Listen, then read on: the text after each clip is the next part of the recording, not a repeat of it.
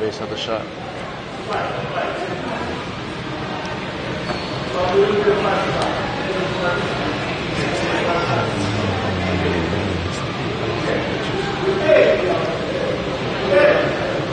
Do you say protections before you go on the internet? I just generally in the morning and in the evening I try to invoke and read some du'as, some invocations. Yeah, you have to stay protected, man. You have to do these. 'Cause, a lot of people are wishing to be in your position and they're giving you that evil stare, They call that the evil eye? The evil eye. The ayn. Yeah. The Saudi Arabian hospitality is, it's fine, you can leave it, so don't worry about it. No, I was going to pour it for you. Oh, don't worry about it. Don't worry about it. Okay, we're live now, so we're already live? Yeah, we're live. We're live. Yeah. So welcome. This is the. I want to pronounce your name correctly, so I said Abu T the first time. It's Abu Taymiyyah. I think you incorrectly put it on the internet. I incorrectly put it. What, it's alright, don't worry. the title's wrong. No, it's fine. What is it? I just laughed when I saw it in it. It's Abu Taymiyyah. Oh my God, my team. That wasn't me. That's my team. Okay. Don't worry, man. It's absolutely fine. It's Abu Taymiyyah. I didn't type it. Tell my team. No reason, man. It's a difficult name to pronounce, so don't worry. I know, but they could have spelled it properly. Yeah, it's just every single time. They're white people. They're okay. Well, you got like a whole team doing this at this moment in time? Yeah, there's maybe 3 guys watching, and we have the camera guy. It's a big operation, but it's the first podcast I'm doing it like pretty. You saw me pretty scuffed setup. It's alhamdulillah, mashallah, man. So what do I call you? You can call me Abu Taymiyyah. Abu Taymiyyah. Abu Taymiyyah. It's great to meet you. Yeah, man. I learned. I was thinking a lot about like our conversations since we first started talking, and you had me reflecting. But I want to get to know like where are you from? I don't normally disclose that on camera, my ethnicity, but yeah. The region? Well, I could say I'm an Arab. Okay. So yeah. Are you from the UK? Yeah, I'm from the UK, yeah. Where? I live in Leicester. It's like 2 hours from London. Yeah. I don't think Americans know much about Leicester besides Jamie Vardy. Why Leicester, exploded not so long ago, a couple of years ago when they won the Premier League. They were just promoted. My son wanted to take a picture with you. That's absolutely fine. That's fine. That's absolutely fine. You can come through, come. Yeah? Yeah. How are you guys, alright? Alhamdulillah. Ta'al. Allah yakhallak. Yeah. Fix the title, guys. Yeah, that's fine. That's absolutely fine. Yeah. No, it's okay. We're just in a live. We're currently live streaming. Say hi, bro. We're live right now. What's your name? Assalamu alaikum. Did you go from America? Yeah. Are you from America? Yeah, I'm from Europe. Yeah. Oh, Europe. Okay. Barakallah feek. Allah yakhallak. They said it's spelled. This is where they yeah, they got it wrong. But anyways, it's fine. It's absolutely fine. No which channel is this? This is my YouTube channel. So they spelled it wrong from this? Yeah, it's okay. Don't worry, man. It's fine. Don't worry about it at all, man. It's absolutely fine. Okay. Yeah. Now, one thing I really do want to say is I really commend you for taking the trip to come all the way here to ask questions, right? Subhanallah, yani, it's something that you would normally do when wanting to seek knowledge, right? People would travel from one place to another, maybe take 2 hours, 3 hours, 4 hours, sometimes from one side of the world all the way to the other. So, subhanallah, to just see you so determined, wanting to ask questions and wanting to learn, it's honestly really pleasing to say, right? So may Allah reward you for that. Coming all the way from Mecca, staying here for maybe even less than 24 hours and then to go back again. Yeah. I'll pay for it. Don't worry, it's fine. No, it's fine. You're my guest. You're my guest here. My guest. Habibi. No. لا تأخذ منه. Oh. Come on, man. I'm tired of everybody in the Arabic world paying for everything. It's really. You're not from Medina. I'm currently in Medina at the moment. So you're my guest. Okay. Yeah. So, I would say I came here like trying to. We spoke about this, trying to cleanse my soul. It was getting like pretty.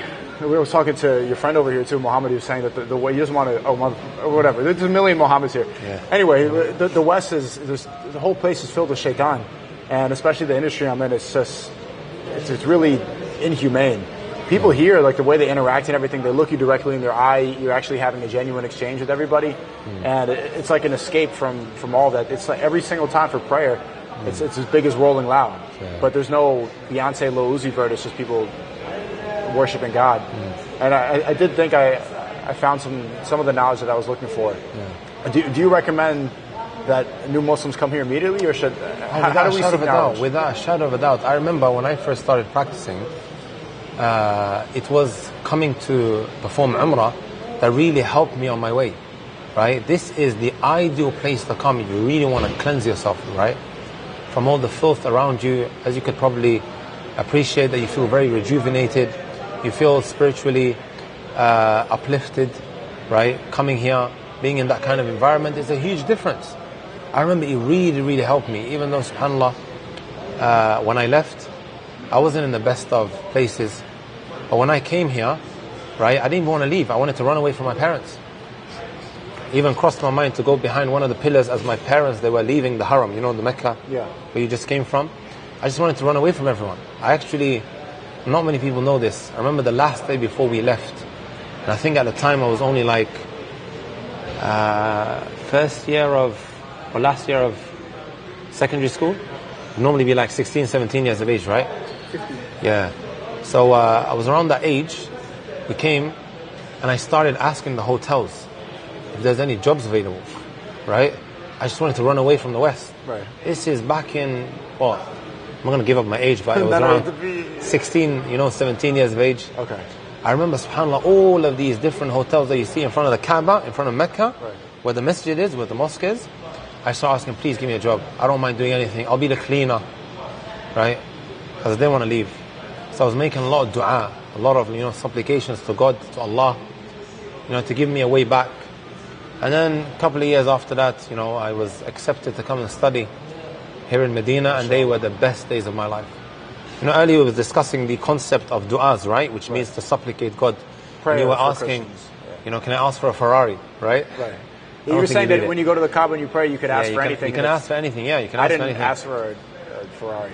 I should have now that I know that. Next time I get everybody. Get you guys whatever you want. I remember I remember when I was saying that you may ask for something, but it takes time for it to materialize.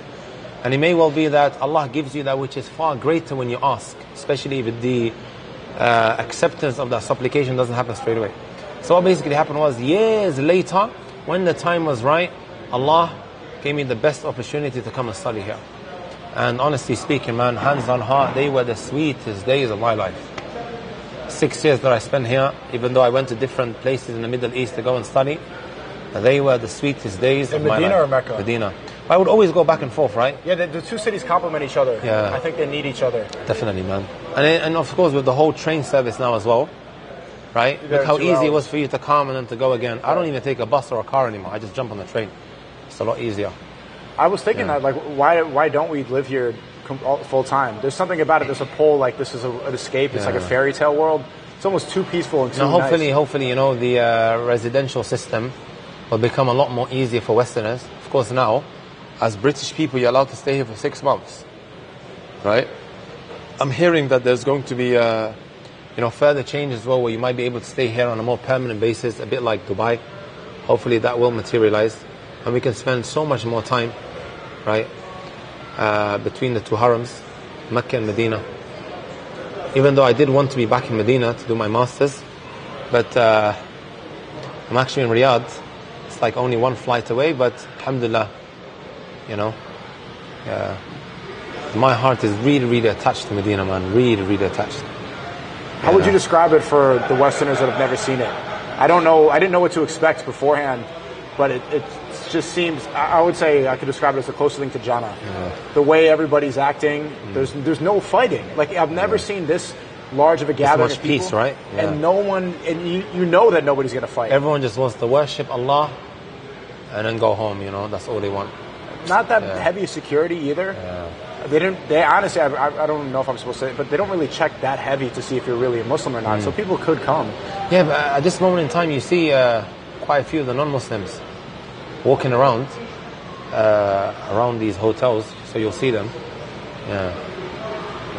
How do you think that it stays this way for so many years? I think it's just a blessed place, you know. Allah told us, right? إِنَّ أَوَّلَ بَيْتٍ وُضِعَ لِلنَّاسِ لَلَّذِي بِبَكَّةَ مُبَارَكًا. He told us that it is blessed, right? وَمَنْ دَخَلَهُ كَانَ آمِنًا.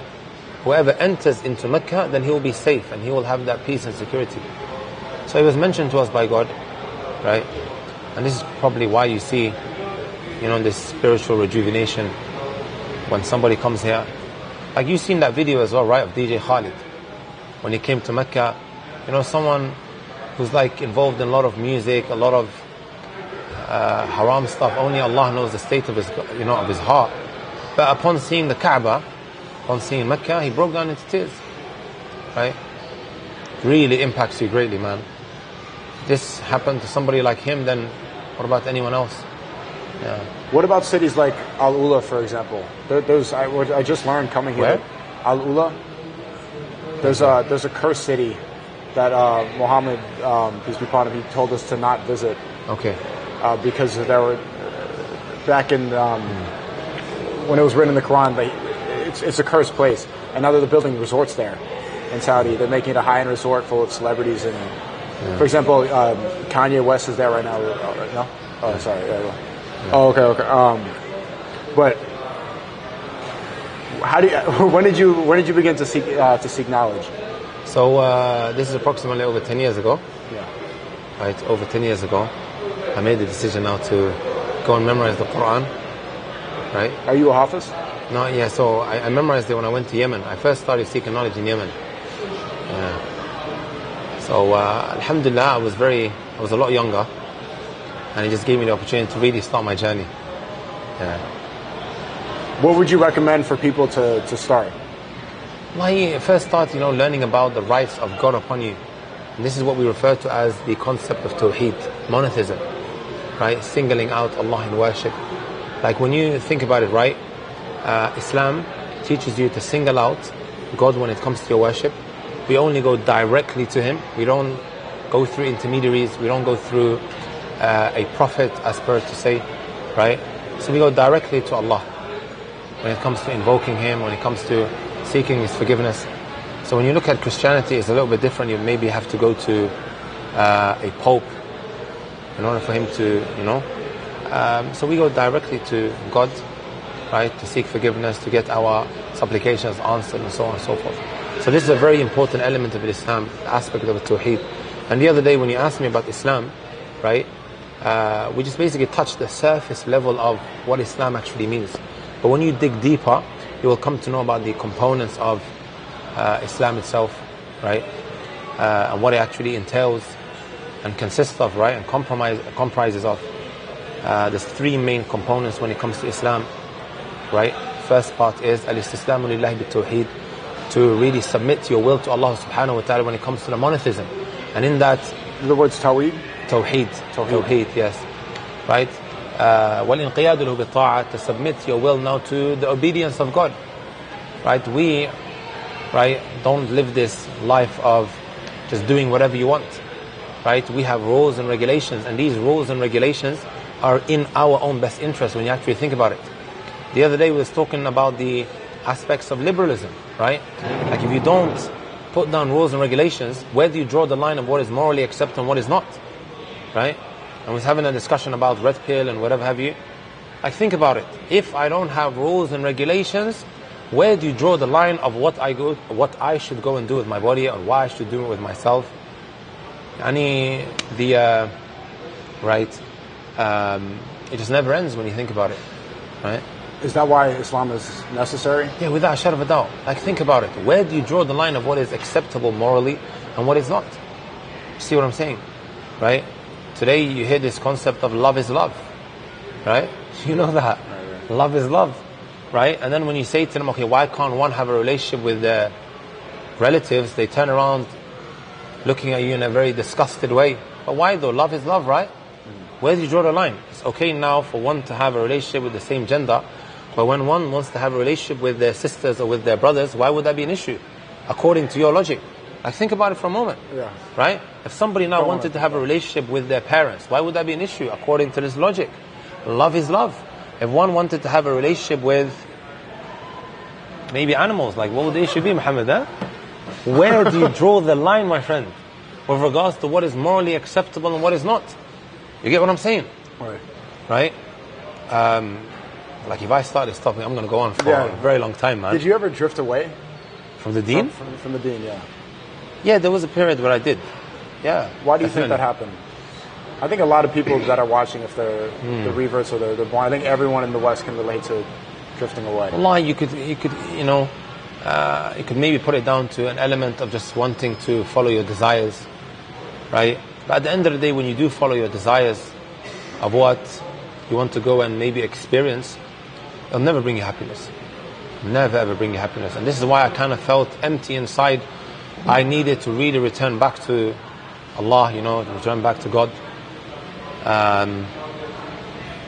in order to be in a better position. There was even once upon a time, and I'm not proud of it, I was being chased by a helicopter in the streets of London. How did that happen? You mentioned. Yeah, I don't want to go into it, but right. But just put it this way, right? I didn't have the best of lives. I'm not proud of it. It's a lesson that I took away from the lifestyle that I had. Right? I needed a huge reminder of my friend getting shot in the forehead in order for me to wake up, because nobody did anything. Did you see this happen? Yeah. I wasn't there, but his parents wanted his body to be there at the funeral for all of his friends to see. Did you go? Yes. They placed his body inside of a hut type, whatever you want to call it, inside of the mosque area, just literally on the courtyard of the masjid, the mosque. And his parents wanted all of his friends to see what happened to him. Perhaps they may decide to change, right? So I still remember it like it was yesterday. A bullet hole on the side of his forehead. You would see grown men walking out of this hut in tears. So it was this funeral, and they wanted everyone to see his body. And it was, that incident that really caused me to think, right? Because nobody did anything. Nobody went to really hunt down the guy who shot him in the head. This is what gangsters would normally do, right? But at the time, no one done anything. This really made me think. If this happens to me tomorrow, right? If this happens to me tomorrow, is this what is basically going to be my ending? No one's going to do anything, right? You either end up in prison or you die, and that's it. People forget about you after a short period of time. Maybe for a couple of days they're going to be writing on X, R.I.P. my friend, right? Or hit the road soon. That's what you guys say, right? Yeah. Or come out, whatever you guys say when somebody gets thrown into prison. How old were you? At the time, I was around 15 years of age. Honestly, it was a huge wake-up call. Because I used to see my friends being thrown into prison. People get upset for a bit of time, and then after that, everyone forget you, right? And that's the reality of this kind of lifestyle. The only people that will come and visit you are those who have the means. Most care, like your parents. Your friends didn't come? Yeah, your friends won't come, yeah. How did you end up running away and coming here? Coming here? Yeah. Running away from where? You said you ran away from home to try to get a job at the hotels in Mecca. No, I didn't run away. We were here as a family in Mecca. Oh, okay. But before we left, I wanted to literally run away from everyone to stay here. Right? So during the trip, you were asking the hotel employees? Yeah. While we were in Mecca, I'm asking the hotel guys, right? Is it possible for me to just get a job over here? I'll even be a cleaner. I don't want to leave Mecca. Right? But subhanAllah, of course, I can't run away from my parents, right? So we ended up going back together. And I was just desperately all the time used to ask Allah, allow me to return back to the beautiful, great lands. Yeah. How do you think you could balance living in the West and then also when you come to a place like this and learning about Islam and that it's the truth? How do you balance a world surrounded by shaitan? Like how do we actively live in the West and balance our life and stay on our deen while knowing that it's pretty much backwards?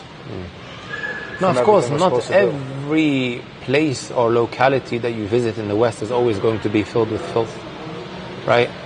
And even if you do live, for example, in a place like Miami, I'm sure, right, just like many other people, because I've been to New York, I've gone around, And there are people that are practicing, they're trying their utmost best, right? Sometimes you do get pulled into that kind of lifestyle, right. But it's not a must for you to live in certain localities that is almost impossible to practice your religion. I'll tell you the story of a man who killed 99. It was mentioned to us by Prophet Muhammad, may peace and blessings be upon him. This man killed 99 individuals. Would you believe it? And then after he killed 99, he went to look for repentance. Right? So he asked about the one who is the most knowledgeable on the face of this earth. This is an authentic narration. So he was directed to a monk. And of course the monk didn't have knowledge, so he asked him, right? Who directed him to the monk? The people in the city. They directed him to a monk. Right? And then the monk was asked, is it possible for me to be forgiven? Hal li min tawbah? He said no. So he ended up killing him as well. Right? He ended up killing him as well. This guy was a barbaric, bloodthirsty individual who just killed 99. I don't think you know anyone that's killed 99, right? I don't. Maybe what do they call them? Gangs, them cartels, and but every time they kill someone, they put a drop of, right? Like we wouldn't know people who've come anywhere near that. So he killed 99, and then he ended up making him 100. Eventually, he was directed to a person of knowledge. And just to show you, subhanAllah, if you don't have knowledge, it could actually get you killed. Not that this is justified in any way, shape or form. No, of course not. But this is what could potentially lead you to, due to a lack of knowledge. Right? So he was eventually directed to a person of knowledge. And then he told him, انطلق إلى أرض كذا وكذا. Leave where you are and go to so-and-so place. Indeed, there are people يعبدون الله عز وجل فاعبد الله معهم. They worship Allah, they worship God, and go and worship Allah with them. Right? So what does that show you? That the people that you hang around with can have a huge impact on your soul, the kind of individual that you end up becoming. Right? You're saying if you hang around at a barbershop long enough, eventually you're going to get your hair cut. Yeah. Or you'll end up becoming a barber, right? And that's very, very true. Very, very true. Right? Your friends go a very long way with regards to the kind of individual that you end up becoming. Right? If you're hanging around with rich people, what's the likelihood that you're going to end up becoming rich? Very likely. If you're hanging around with individuals who are maybe wasted, you're very likely going to adopt that same lifestyle. So he told him there are a group of people over there that worship Allah, go and worship Allah with them. Right? So it may well be that at times you just have to move away from that locality, which is just like 99% filth and evil. It's almost impossible. So leave New York City or leave Miami for that? Oh, that specific area to maybe another area. It's difficult. I remember going to the masjid in New York recently, and you feel refreshed after you pray, and then you leave, and the next block there's like girls twerking, or there's like witches, and there's transgenders. Like as soon as you leave, you feel good, you're refreshed, and then immediately right back. Yeah. You know? No, there are of course certain things that we can direct the people to hold on to. Even the lecture that I was advising the brothers who came for Umrah, I have a lecture on my YouTube channel. It's called 5 Ways to Strengthen Your Faith, or 5 means to take when it comes to strengthening your faith. It's the latest video on my YouTube channel. Right? Hopefully if an individual holds on to things like his prayer, he was discussing this the other day, right? I don't care what you're doing. It doesn't matter to me what filth you've managed to get yourself involved in. The moment you leave off that prayer, you're asking for trouble. You're asking for your life to spiral out of control. Because Allah told us, the salah, the prayer, it removes the filth and the evil from your life. Right? There's even another narration, تُحْتَرَقُونَ أو تَحْتَرِقُونَ تَحْتَرِقُونَ. You burn yourself, meaning you burn yourself with sins. Right? And then you go to the prayer, actually it's like the fire guy, the fire brigade coming and shooting water at you. It cleans you, it kind of takes you out of that situation. Of course, like if an individual can't move, there are certain things I would advise him to really adhere to. But there are some cases where you just can't avoid the filth and the evil around you. In that case, one would be advised to really move out of the locality that he's in. And I'm a living example of that. I used to live in London. I was there for 5 years. After that happened, my parents moved me to Leicester, right? And Leicester is a lot more different. Leicester's better than London? A lot different. So much more better. You think at times you're in a Muslim country. Really? Yeah, you think you're in a Muslim country. The Pakistanis and the Indians have taken over. It's taken over all of England, right? I think like the white displacement in London is doubled or tripled in the last 10 years. You know, Leicester, they say, is the first city where the ethnic minority have become a majority. Yeah. I've heard that all over the UK. But mainly Leicester. That's why we call it Leicester Sharif, isn't it? Leicester Sharif? Yeah, the Honourable Leicester. Muhammad's laughing because he knows what I mean. Is he from Leicester too? No, he's from London. Okay. Point being, if I didn't move, I think one of three things would have happened. I would have either been shot dead, I would have died, or I would have been in prison. And number three, I would have maybe gone and joined ISIS. Yeah. Because a lot of people around me, that's exactly what they end up doing. No, I'm saying like, I'm not ISIS, like I have nothing to do with them, by the way, huh? Okay. Just in case you've got Fox News trying to pick things out. Right? Like, that would have been maybe one of the three outcomes, and Allah knows best, right? Alhamdulillah, you know, I was saved from all of that. Because at the time, there was a very strong call for people to go abroad and to engage in these kind of stuff. But later on, a lot of them really, you know, woke up to the reality and they stayed away from all of that. But it was a very difficult time for a lot of youngsters at the time, you know. So, what do you notice about students now? You mostly do lectures in universities, schools. Universities, talk to young people. Yeah. What do you notice is their number one problem?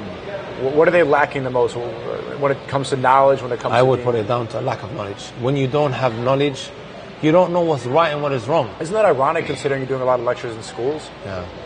It's been it's actually been really nice to see the engagements of the students and the fact that they've been attending in their hundreds, at times in their thousands, right? Is it all Muslims or non-Muslims? No, sometimes non-Muslims turn up.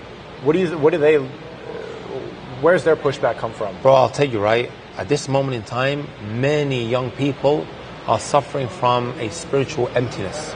They are spiritually dead. You think that's why Islam is the fastest growing religion? Without a shadow of a doubt. It gives you that spirituality that you can't buy with money, bro. Right.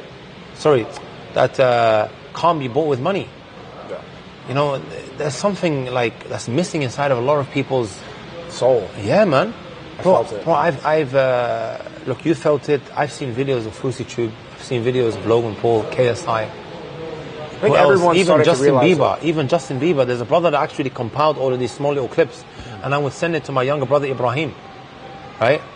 I think the brother's called Smile. It was Smile to Jannah. Smile, Zishan, yes. Smile to Jannah, brother. He put it all together, just to show the people, right, that people are looking for that spirituality, that contentment, that satisfaction that can't be bought with money. A lot of people replace it with other things like concerts, festivals, Bro, drugs. think about it. Why is the drug industry a $1 billion industry? Tell me why. Why is the sports industry a $1 billion industry? Because they're worshiping and they're trying to They are feel feeding God. off the sadness of those who are suffering. Yeah. You need something to keep you distracted, to keep your mind occupied when you think about it. They call cocaine Britain's open secret. Who do you think is consuming it? You think the junkie that you see rolling around at 3 a.m. in the morning is the only one that's consuming it? Kids from uni. Bro, not even kids from uni. Professionals are consuming it. People are on 80,000, 90,000 pounds a year. Right? Huge salaries, multi-millionaires, they are consuming it. Right? Sometimes I get drug dealers, you know, coming up to me, hoping to walk away with, a temporary spirituality boost, right? And they tell me all about it. It's professionals, engineers, doctors that are consuming these drugs, that they are selling it to. And I would advise them against all of this, right? Point being, a lot of people are spiritually dead. Even the games industry. Again, it's a $1 billion industry. The porn industry, $1 billion industry. What else? The entertainment industry, Hollywood, Bollywood, Somaliwood, you can add that to it as well. That's right. I didn't even know those. No, bro, they have their own stuff as well. They're trying to... Anyways, point being, they are all $1 billion industries. Why? Bro, they're feeding off your sadness. To keep your mind distracted. Think about it, bro. You take all of this stuff out of the equation, I think that person's going to go and commit suicide. Right. Why are a lot of rich people committing suicide? You tell me. They're really... I know a lot of rich everything. people that are really sad. Exactly, you know, depressed. Like, bro, even when you look at Elon Musk and Jeff Bezos, you don't have to agree with me on this, but they want to go to Mars, right? This is what they're exploring at this moment in time. I genuinely believe they're just bored of this world, bro. They're bored. They're looking for something else to really spice up their lives, bro, to keep them distracted, to keep their minds occupied. If you've tried everything, you're always looking for what is next. What's next? What can I do now? You see what I'm saying? And the Prophet, may peace and blessings be upon him, he told us, the way the son of Adam, meaning human beings, have been created, you give him a mountain of gold, that's not sufficient for him. He wants another and another. The only thing that's going to fill his interior, if you get the soil from the earth and you shove it down his interior, my bro. Right? Otherwise, bro, you'll never ever be satisfied. We need God in our lives, bro. I think this Umrah trip was genuinely the most fulfilled I've ever felt. Like imagine that, because you've been around an environment which is filled with obedience. Environment. Bro, our hearts, the way it's been created, it craves for its creator. That's how our hearts have been created. And many people are becoming Muslims because they find that solace, they find that spirituality within Islam. I could never go to a festival again. Yeah. I notice like the similarities when people come going and to prayer back and forth, the way they walk in and out, it looks like they're leaving Coachella. Yeah. The difference is what they're worshiping. And then you make the comparison, the people that go to Coachella Rolling Loud, they're worshiping the Satanist on stage who has Antichrist in there. They're saying we're all going to die, kill each other, take drugs. Like think about it, like they get a little buzz and then back to the depression again. They're back to the sadness again. And they're looking for something. They're looking for something else now to, give them a buzz, to keep them, content for that period where they're feeling. That's why the people turning to music and whatever have you against $1 billion industry. Yeah. Even social media, would you agree that so many people are just addicted to their phones? They're addicted to this dopamine, right? Yeah. I'm stunned. He says he checks his phone. Huh? I thought you were going to Instagram right now. No. How do you balance social media? Say fitnagram instead of... Fitnagram. Huh? What's fitna? Fitna means temptations. Temptations. Yeah.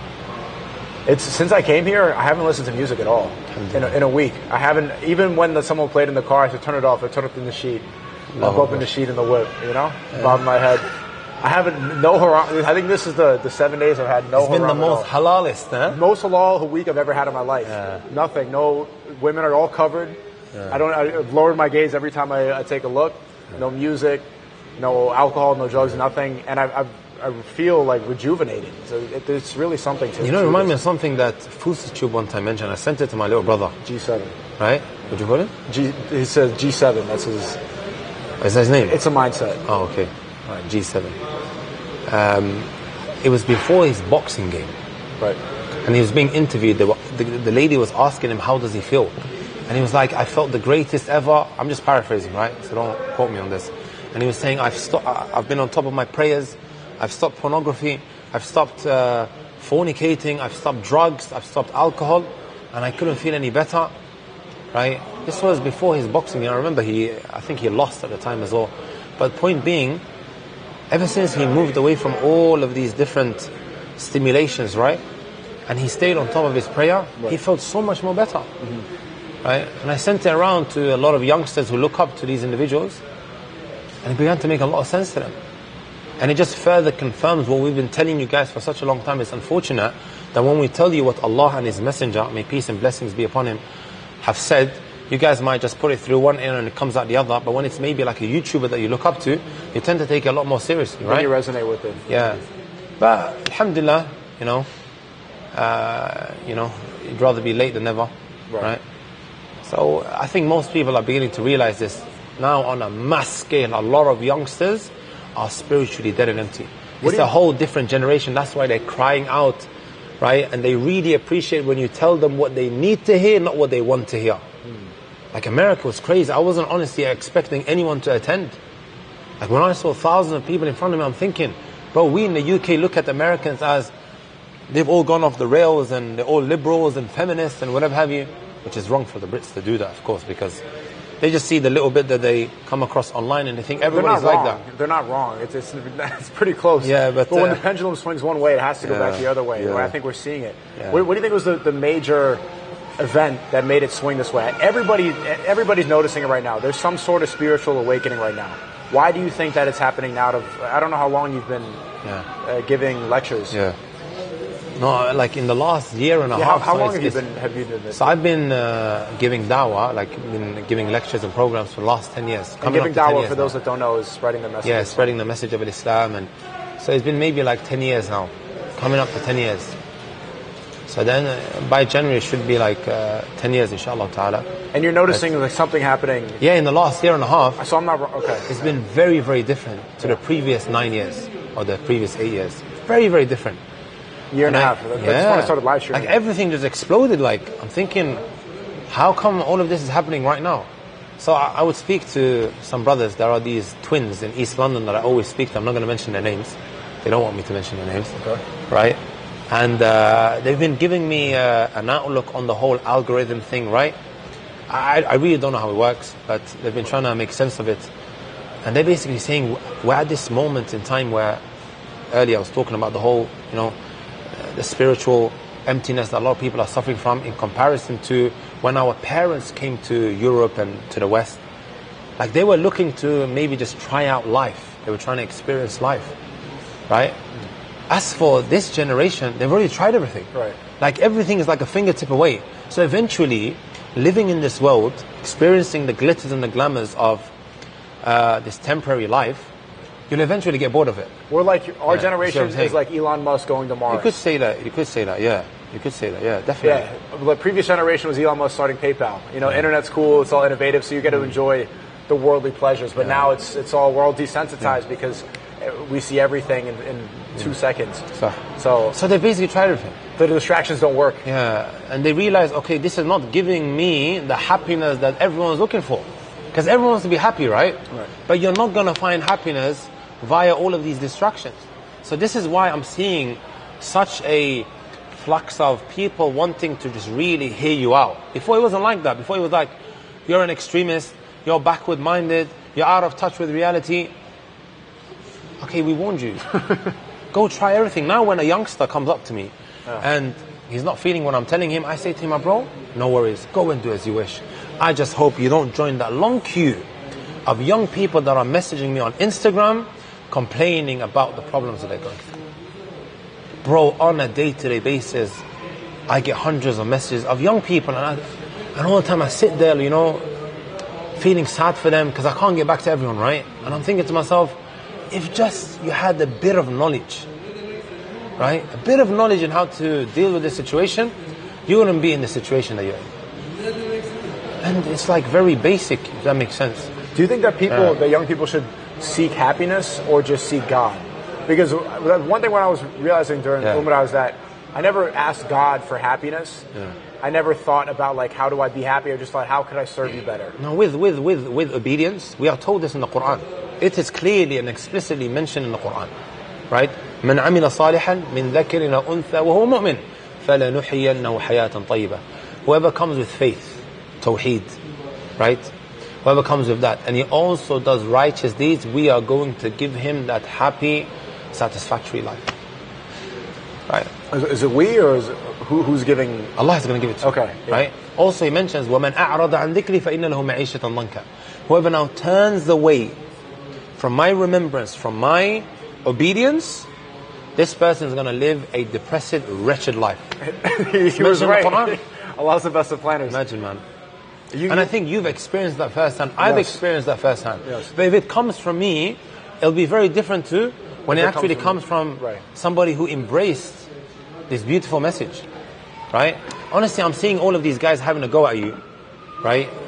When you release that picture with all of us standing together, brotherhood, quite a few people sent it to me, and then they also sent me screenshots. And then I checked your account out, all these Islamophobes and these Christians going crazy at you, burning at the fact that you have become a Muslim. I'm thinking to myself, instead of criticizing the guy, why didn't you come and try it? Right? Try to explore what led SNEAKO now to be so rejuvenated, to be spiritually satisfied, right? I think a lot of those haters are not even practicing Christians. I think they grew up Christian, they say like, I'm a Christian, but they don't go to church, they don't pray. What I really realize is that the actual practicing Christians, they see what I'm doing with Islam and how... And they're happy for you. Yeah, they're happy, and they're kind of interested too. They're like, what's going, like there's something here. The actual religious people are seeing what's going on, and they think that there must be something real. It's the people that are soulless and that are looking for something, instead of trying to see that maybe I'm right. they get angry, and it doesn't make me upset at all. I do believe there are a lot of reflection. sincere Christians. I see them commenting all the time on my videos, especially when I speak about LGBTQ. Right. So there are quite a number of them that are sincere. There's a lot in common. Right, and of course we don't worship Jesus, right? We don't invoke Jesus or use him as an intermediary. We love him. He's a prophet. You can't actually be Muslim. You can't be Muslim if you don't believe in Jesus. Right. He's a prophet that is beloved to us. You know what really pains me? That when people mock Prophet Muhammad, there's a huge outroar, and rightfully so. But when people are mocking Jesus, it's just like any random individual being mocked. Like as a Muslim, right? As a Muslim, it would burn me to see Jesus being mocked. It's unfortunate now, even amongst Christians, Jesus being mocked, or he's like... I saw people dress up as Jesus for Halloween. Like imagine that, right? At those movies, Jesus Christ Superstar. And they're making fun of it, like people are making fun of him being crucified. And of course, we as Muslims don't believe that he was crucified. We believe that he was raised to God, right? وَمَا قَتَلُوهُ وَمَا صَلْبُوهُ وَلَكِنْ شُبِّهَ لَهُمْ. Point being, right? Yeah, man, I invite every single one of you guys to really look into Islam. Think about it for a moment, my brothers, my sisters who are listening. Why are all these people embracing Islam? You had Andrew Tate, and then you had yourself. So many other celebrities have been looking into Islam. And Ali Chapa, I saw, was praying in Dubai. Yeah. I don't know who that is. Who's that? He's a young rapper. A lot of people are becoming... Mike Tyson reverted. It's good that a lot of people are really starting to resonate. People are looking into Islam. Why? Why are they looking into Islam? It's becoming mainstream more than it actually was. It is the fastest growing religion. Why? You just ask yourself this question, right? Is it just because it's a trend? I don't believe it's a trend. People are finding within Islam that which you wouldn't normally find anywhere else. Because it's the truth. Yeah. The one thing I have to admit that I see lacking here is white people. And white people here in Medina? In Medina, Mecca, that's the...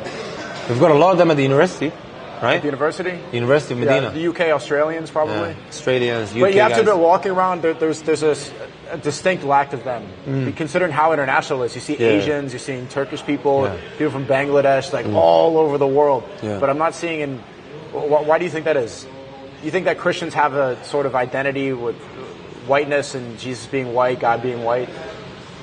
I'm not exactly sure as to the reason why. Am I wrong for that observation? Yeah, you're right.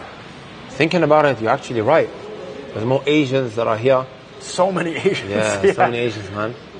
Yeah. I never see them in my masjid in Miami. There's no Asians at all in Florida, but they come here deep. Yeah. Because a lot of them work here as well. You know, a lot of Asian people, they work here. A lot of Pakistanis, a lot of Indians. It was actually them that helped build a lot of these buildings that we see.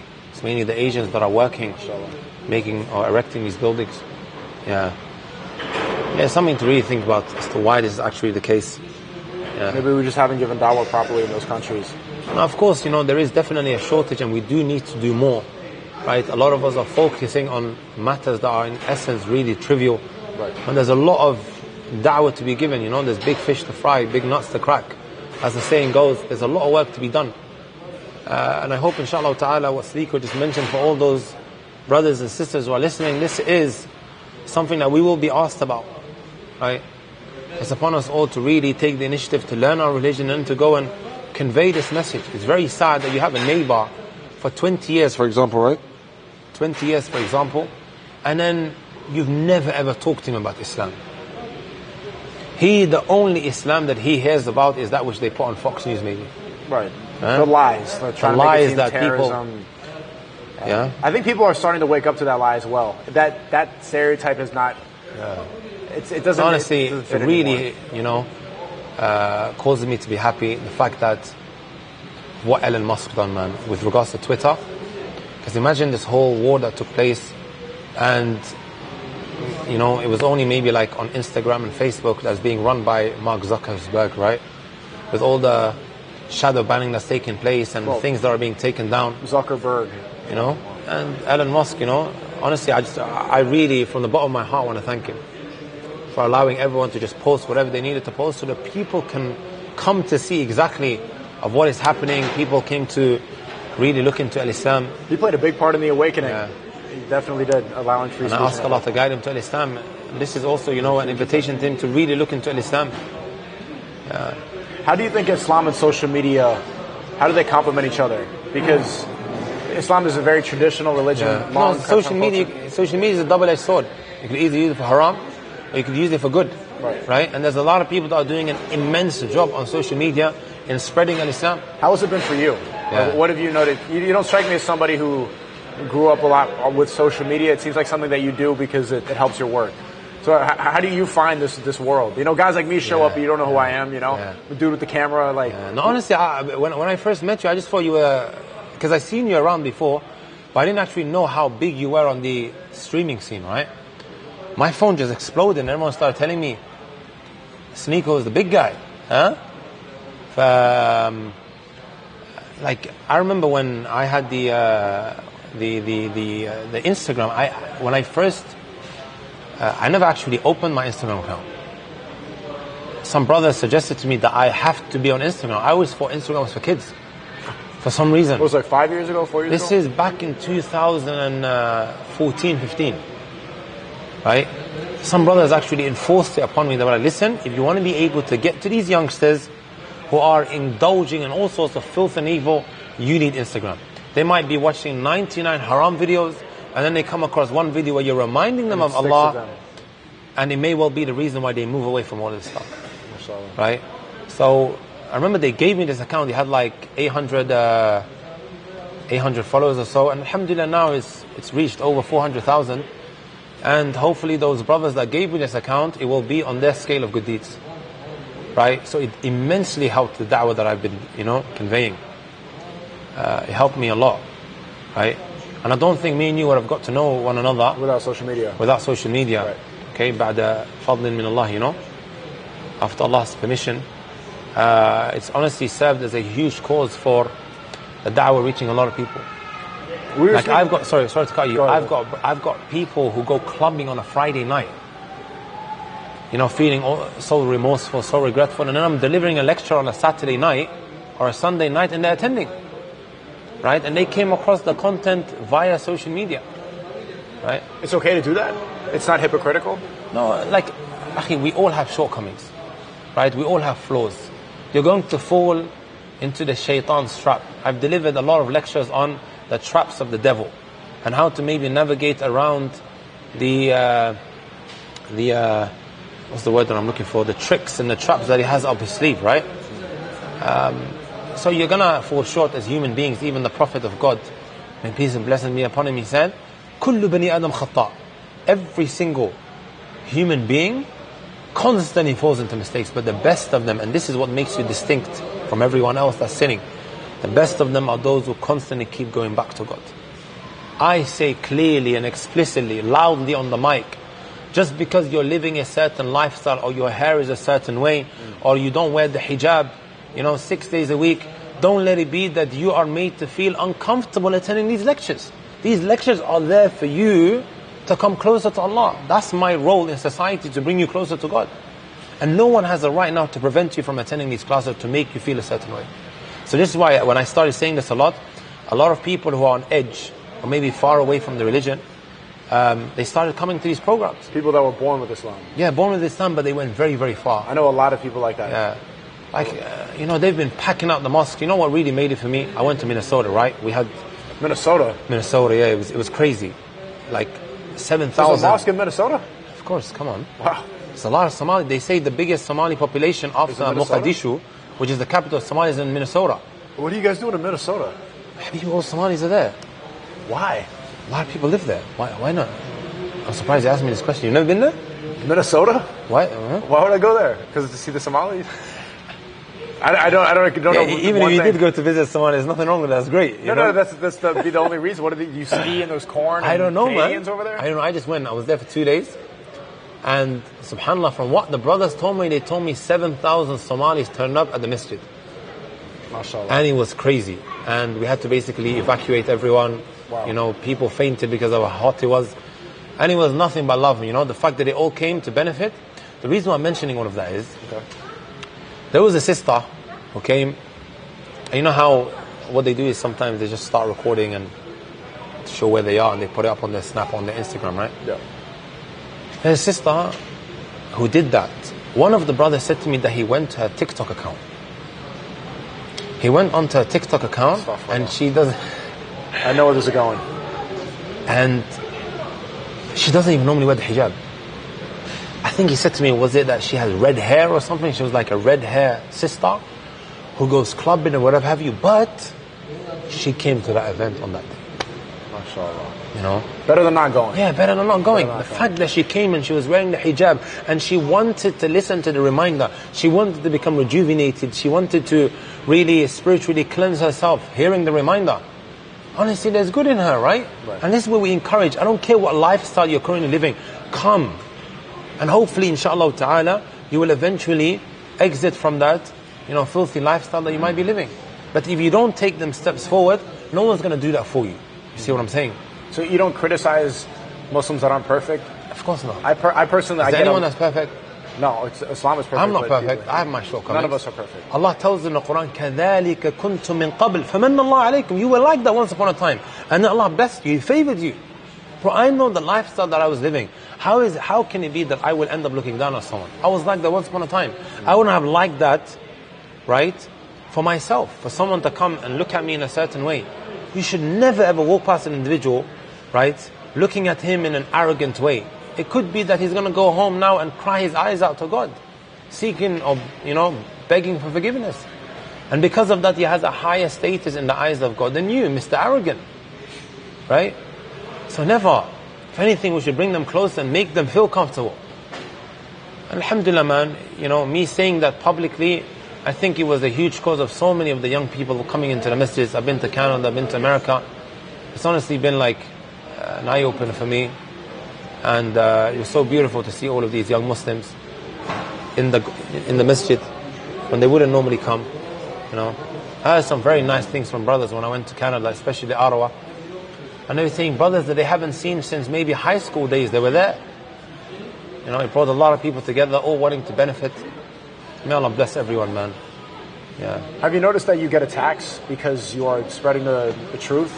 I hear that from a lot of the dawah people saying that when you start being on your deen and doing the right thing and doing good things, that you notice it too. Like on Twitter, people are always trying to attack. Do you think it's safer to be with?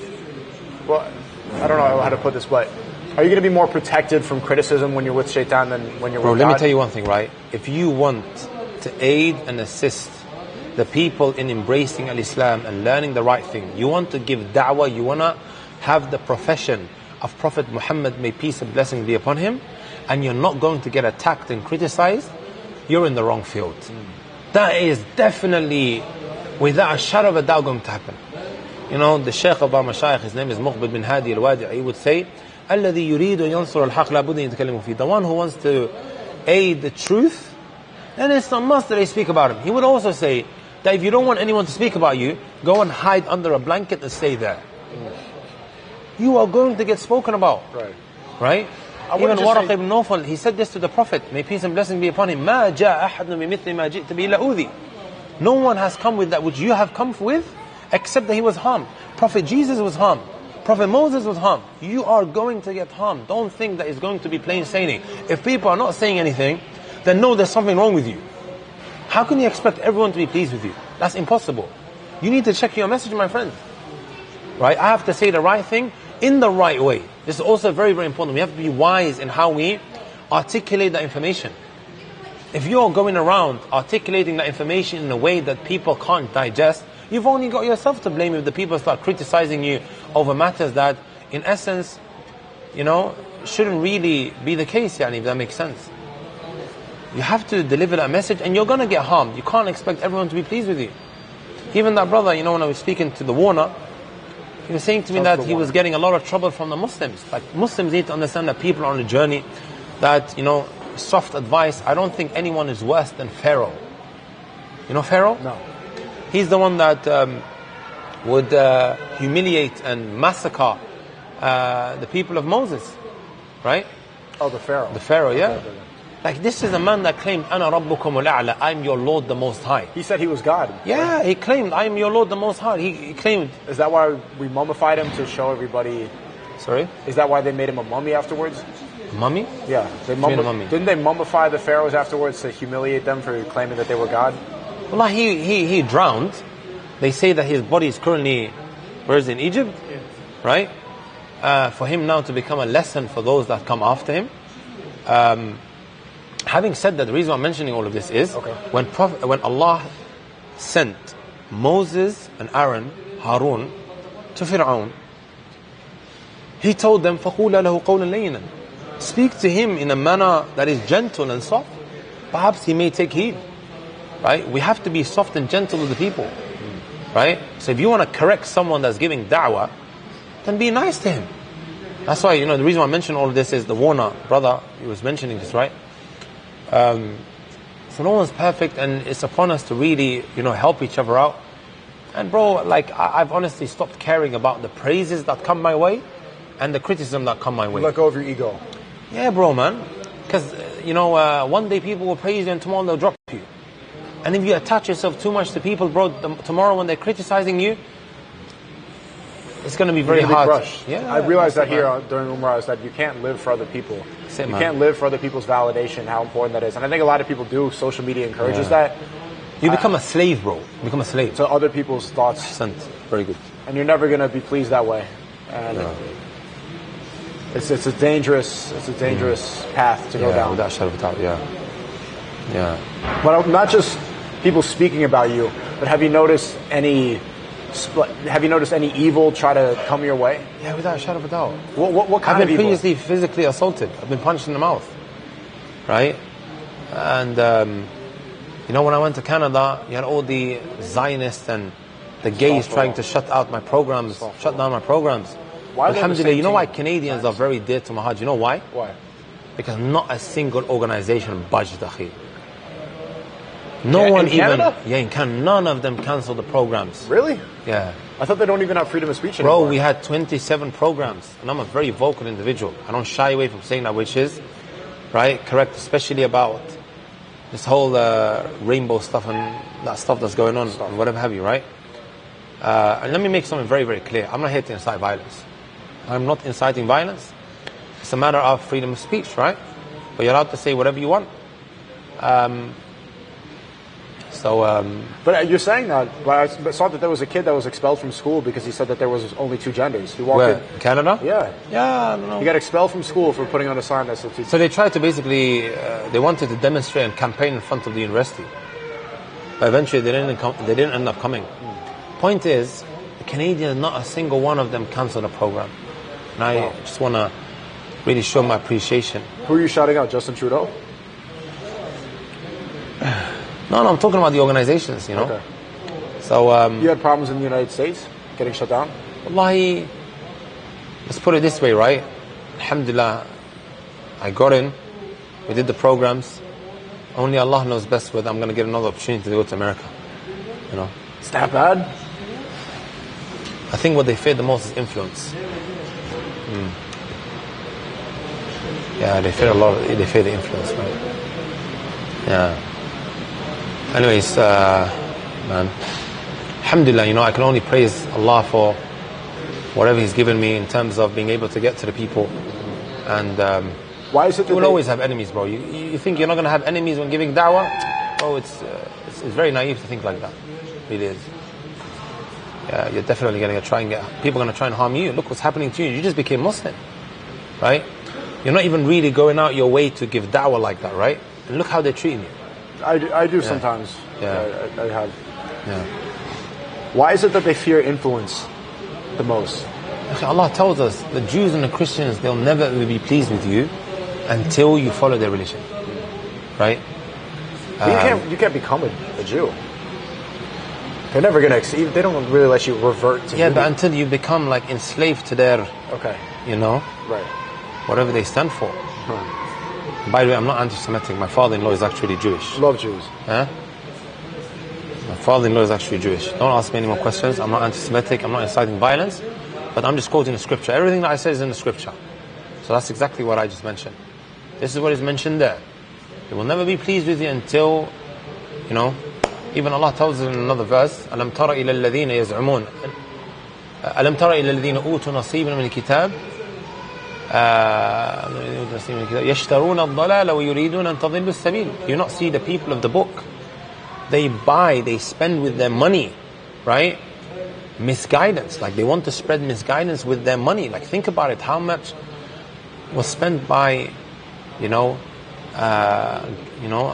many Western governments in order to spread LGBTQ, the rainbow ideology and whatever have you. We're talking about trillions. And this is mentioned to us in the Quran. They want to spread all of this stuff, so that one is moved away from religiosity, from that godly spirituality that you take from the religion. Does that make sense? Completely. That's how I think people like me ended up here within a kameez in Medina, seeing that it was clearly trying to push people away from God. Yeah. Clearly. Do you speak to older people too, or just the youth? Everyone, not just the youth. I have a variety of people that show interest in the videos that I release, because I try to teach students some knowledge. I release courses, that which is a little bit more technical, right? Where I go through books, all on the YouTube channel, and then also mothers, elderly, they say they listen to the lectures, and then you have that which is more catered for the youth. So I try to kind of like cater for everyone, and I think that's very, very important. Yeah, because everyone needs the message at the end of the day when you think about it. Do old people have the same pushback that young people have? I think it's maybe a little bit harder with the elders. As the saying goes, you can't teach an old dog new tricks. It's a lot more harder. They're not moldable anymore. We can't say unrestrictedly, but of course there are those who are still willing to listen, but it's a lot more hard, I would put it like that. Yeah. But it's still possible. How would you recommend people... Because Allah can change the hearts very, very quickly, Look, subhanAllah, how Allah has changed the hearts of many. Just overnight it flipped and then they became Muslim. Look at the kind of lifestyle you had and then how you found faith. You're from the fortunate chosen ones. And hopefully, inshallah ta'ala, after this life, so many other people are going to follow suit, How would you go about telling people to spread dawah to their family and friends without being pushy? Yeah. Well, I think our actions go a very long way. Right? Actions speak louder than words. Does that make sense? Like when they see this good treatment, like they see, like for example, after someone's now become Muslim, he goes and kisses his mother on the forehead. I remember, subhanAllah, one time I told this brother this, he goes, I went and done that, and then my mum felt extremely awkward and whatever have you. But then eventually she started becoming a lot more accustomed to it. And she's thinking to herself, my son was a drug dealer, he was in and out of prison. But now he's found Islam and he's treating me so well. Islam is not that bad after all, you're right? Because the rights that Islam gives to a mother, it's like no other religion. Like the rights of God are connected in 3-4 places in the Quran with the rights of the parents, even though the rights of God are far more superior than the rights of your parents. But second in line is, the rights of your parents. SubhanAllah, it shows you the importance of that. That you can't even kiss your teeth at your parents, you can't say oof. Even Allah tells us, وَإِن جَاهَدَاكَ عَلَى أَن تُشْرِكَ بِمَا لَيْسَ لَكَ بِعِلْمٍ فَلَا تُطِعْهُمَا. Right? If they try to strive against you in taking your religion away from you, you're not allowed to obey them. You're not allowed to conform to that. However, in matters of, the worldly affairs, you have to be good to them. You have to be their best of friends. You have to be kind towards them and dutiful. Even as non-Muslim parents, this is Islam for you. Does that make sense? Yes. What's the verse in the Quran or the phrase in the Quran that's resonated with you the most? Oh, it's many. Are you a Hafiz? Yeah, there's many. How long did it take you to... So Hafiz is when you memorize the entire Quran? When you memorize, How long did it take? It took me around 8 months. That's it? Yeah, it took around 8 months. But I gave him my all, I stopped everything. That's the only thing I was focusing on. Locked in 8 months? I was in a village, I was in a village. Yeah. So I think maybe the verse that really, really, is when Allah said, I think the stream sniper is... That's the big G. Yeah? No? His name is Guled. Oh, okay. He's Guled, It's one of my most beloved brothers on the face of this earth. Oh, okay. Yeah? Okay. I think the verse would be وَبَدَى لَهُم مِّنَ اللَّهِ مَا لَمْ يَكُونُوا يَحْتَسِبُونَ. Right? We are told, after we pass away, we'll be resurrected in the afterlife, right? And that which you weren't expecting will now be displayed in front of you. You could look at this from two angles, at the small little things that we do out of kindness to others, or things that we might see as very trivial, right? Which then, is brought in front of us. And perhaps it may be the reason why we end up being elevated in the ranks of paradise. Or it could be small little things that we took so lightly, from the sins that we would just, not pay too much concern to. And then it is brought and we are held to account for it. Yeah. And so many other verses as well. So many other verses. Can I ask you a personal question? Yeah, go on. What do you think that you need to work on the most? I would say personally, because what I realized you're a very good host, you know that. You have a lot of questions. Normally the hosts run out of questions. You're a very knowledgeable person, I can tell. I'm curious. I want to learn a lot. I'm a curious person. I want to learn a lot about Islam. I realized here on this Umrah trip that Islam is perfect, but all of us are imperfect. Yeah, that's very true. And so being here and walking around the Kaaba and praying all the time, you really get to analyze and reflect. It's way better than therapy. You have this internal monologue and you get to see what's wrong or what you need to work on the most. Can I ask you, what do you think you need to work on the most? And how are you doing that? Well, this is an internal battle with anyone who is in the public eye. And that is remaining sincere in the good that we want to, put forth to others. If we're not sincere in that which we do, none of it is going to get accepted by God, right? So I constantly have to ask myself, am I really doing this for the sake of Allah, or am I doing it for fame?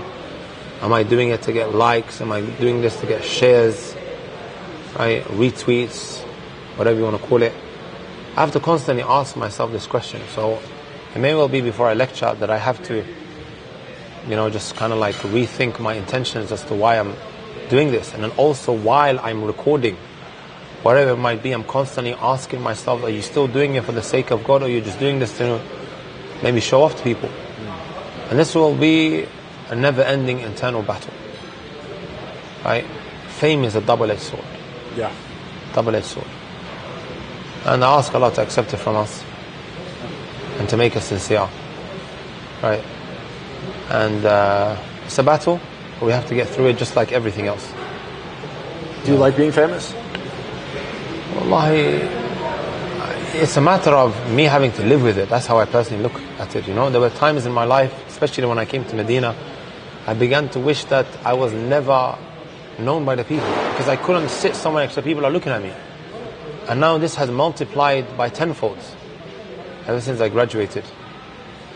And then sometimes it can get very tiring, people stopping you all the time. Right. Especially here when you try to get away from that life. And sometimes you just want to kind of like be alone. But because everyone knows you, they stop you constantly all the time. Right. And I know it means a lot to people. And I'm hoping as well, if I was to just give someone a couple of moments, that I'll be rewarded immensely for it by Allah. Because it means a lot. Sometimes just taking a selfie with the people, you see how much it means to the people. Right. Sometimes you want that alone time. You come here as an escape. Yeah. And I think I've seen some very well-known people wear masks. They would wear the imamah just like that. Even at times when I just kind of like really don't want to be spotted, I try to take this off. I leave it at home because I think this is the attire that I've become so known for, right? And even then people spot me, but it's more difficult for them to really identify that it's me. Right. Yeah. Do you forget sometimes that you're famous? Yeah, I think sometimes I just want to go to the shop. It's become a very different lifestyle, Yeah. I think we learned it the hard way in America. When I went to America, whenever they would say to me, do you want security? I was like, come on guys, man, forget about it. Allah's your security. Yeah. Meaning like there's going to be a lot of people that are coming and I would just basically brush it off. But then later on I realized, okay, look, we're going to have an issue with people's lives if things are not organized properly. If there aren't enough, people supervising the area, enough volunteers. When I went to Canada, alhamdulillah, it was a lot more organized. Because we learned it the hard way, And it's something you just have to kind of like deal with and ask Allah Azza wa Jalla to protect your heart from fame, because it could actually really destroy you. Right. Misusing the status that you have by maybe doing the wrong thing. Because fame sometimes, with fame it brings about women. And women can actually destroy you. Right? Can really, really destroy you. And money can be a huge fitna for a person as well. Can destroy him as well. You've seen it. I'm sure you've seen it. Fame too. as well, yeah, without shadow of doubt. What do you think that other da'is, that's the word, correct? What do you think other da'is have to work on the most? One thing, since coming into the space, I've realized a lot of them, there's a lot of back and forth, a lot of battles in the Islamic community. They have beef with this person, and there's a lot of ego at play, especially when you have titles like Sheikh or like Mufti, the sense of importance. What do you think that Islamic scholars, sheikhs, or students of knowledge can work on the most, so that we're all, not we, but that you're all united on the Tawheed? Yeah. Well, I think, most da'is, that are very well known, they face the same challenges. Like showing humility, right? You were an unknown person once upon a time, you were ignorant. And now maybe you're walking through the people as if you've become someone. In reality, Allah can take all of that away at any time. Mm-hmm. Humility, sincerity, right? I think they are, some of the battles that I think we all need to overcome. We're nobodies, right? Allah is using us. In fact, He's allowed us to be fortunate enough to be able to do His work, His service to the people. Yeah. Why did you, or the better question is, what made you doubt your faith the most? I'm sure you've had doubts. I'm sure you've had questions. What was an event or something that made you question if Islam was really the truth and if God was even real? Well, honestly, I don't think I've ever had that issue, to be honest. Never? Never. You've never had a shadow of doubt in your mind? Never. Because I know everything that happens, it happens for a reason. I agree. Everything that happens, it happens for a reason. Right? Our intellects are so limited. A very common question that we hear atheists saying or asking about is, why is all of this evil allowed to be taking place? Right? The lights turned off. Okay, thank you. We can keep talking. Yeah. Why is all of this allowed to be taking place, If there was really a God, like, your intellects are very, very limited. Like, everything that happens, you can put a spin of positivity on that. Right? I'll give you an example. My friend got shot. Allah knows best, but if he didn't get shot, even though from the apparent it comes across really evil, why would someone so young, be allowed to lose his life when he had his whole life ahead of him? This is what people say all the time, right? Mm-hmm. It was the reason why so many people left the streets. They bettered their lives. Some went to the Middle East in order to go and learn about their religion. It brought about a lot of good, right? And at the end of the day, it's Allah who creates, right? It is He who creates and gives life and then takes away life. If you accept that Allah is the Almighty and He's the entity that is above everyone else, then He has every right to do as He wishes, right? Sometimes Allah may take away a child from you, right? And perhaps because Allah wants to protect you from that which is far more severe. How many a time have I come across a parent where they began to wish that their children weren't alive because of how much trouble they gave them, right? Subhanallah. So everything happens for a reason. Everything happens for a reason. That child could have been the reason why you go through so much trouble in your life, right? It should work. How has becoming a parent changed you as a Muslim? You want to fix that? I don't know. That's fine. I can turn it on, but are you public about being a parent? Yeah, that's fine. Okay. That's absolutely fine. How has that changed your perspective? Because I think a lot of people that are watching, especially me, I want to have kids soon. I want to get married. I want to do the. Honestly, it comes with an experience that I think is very hard to put into words. You know, it's really hard to put into words, man. I'm a father of 2 daughters. MashaAllah. And it's dead? No, I think he accidentally switched it off. Is it too dark? How does it look? It looks okay? Yeah, he put the light on. I think you should put the light on, yeah. You turned it off or it died? I don't know. It might be dead. No, it's alright. Let's see if it stays on. Yeah, no, it's dead. Is it too dark? Let me see. It's alright. Yeah, I think it's fine.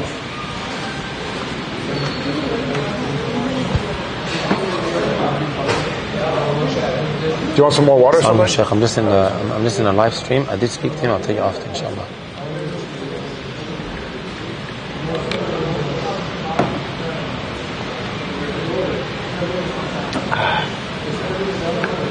I haven't opened the chat once. Usually when I stream, I'm looking at the chat the entire time. I've been completely looked.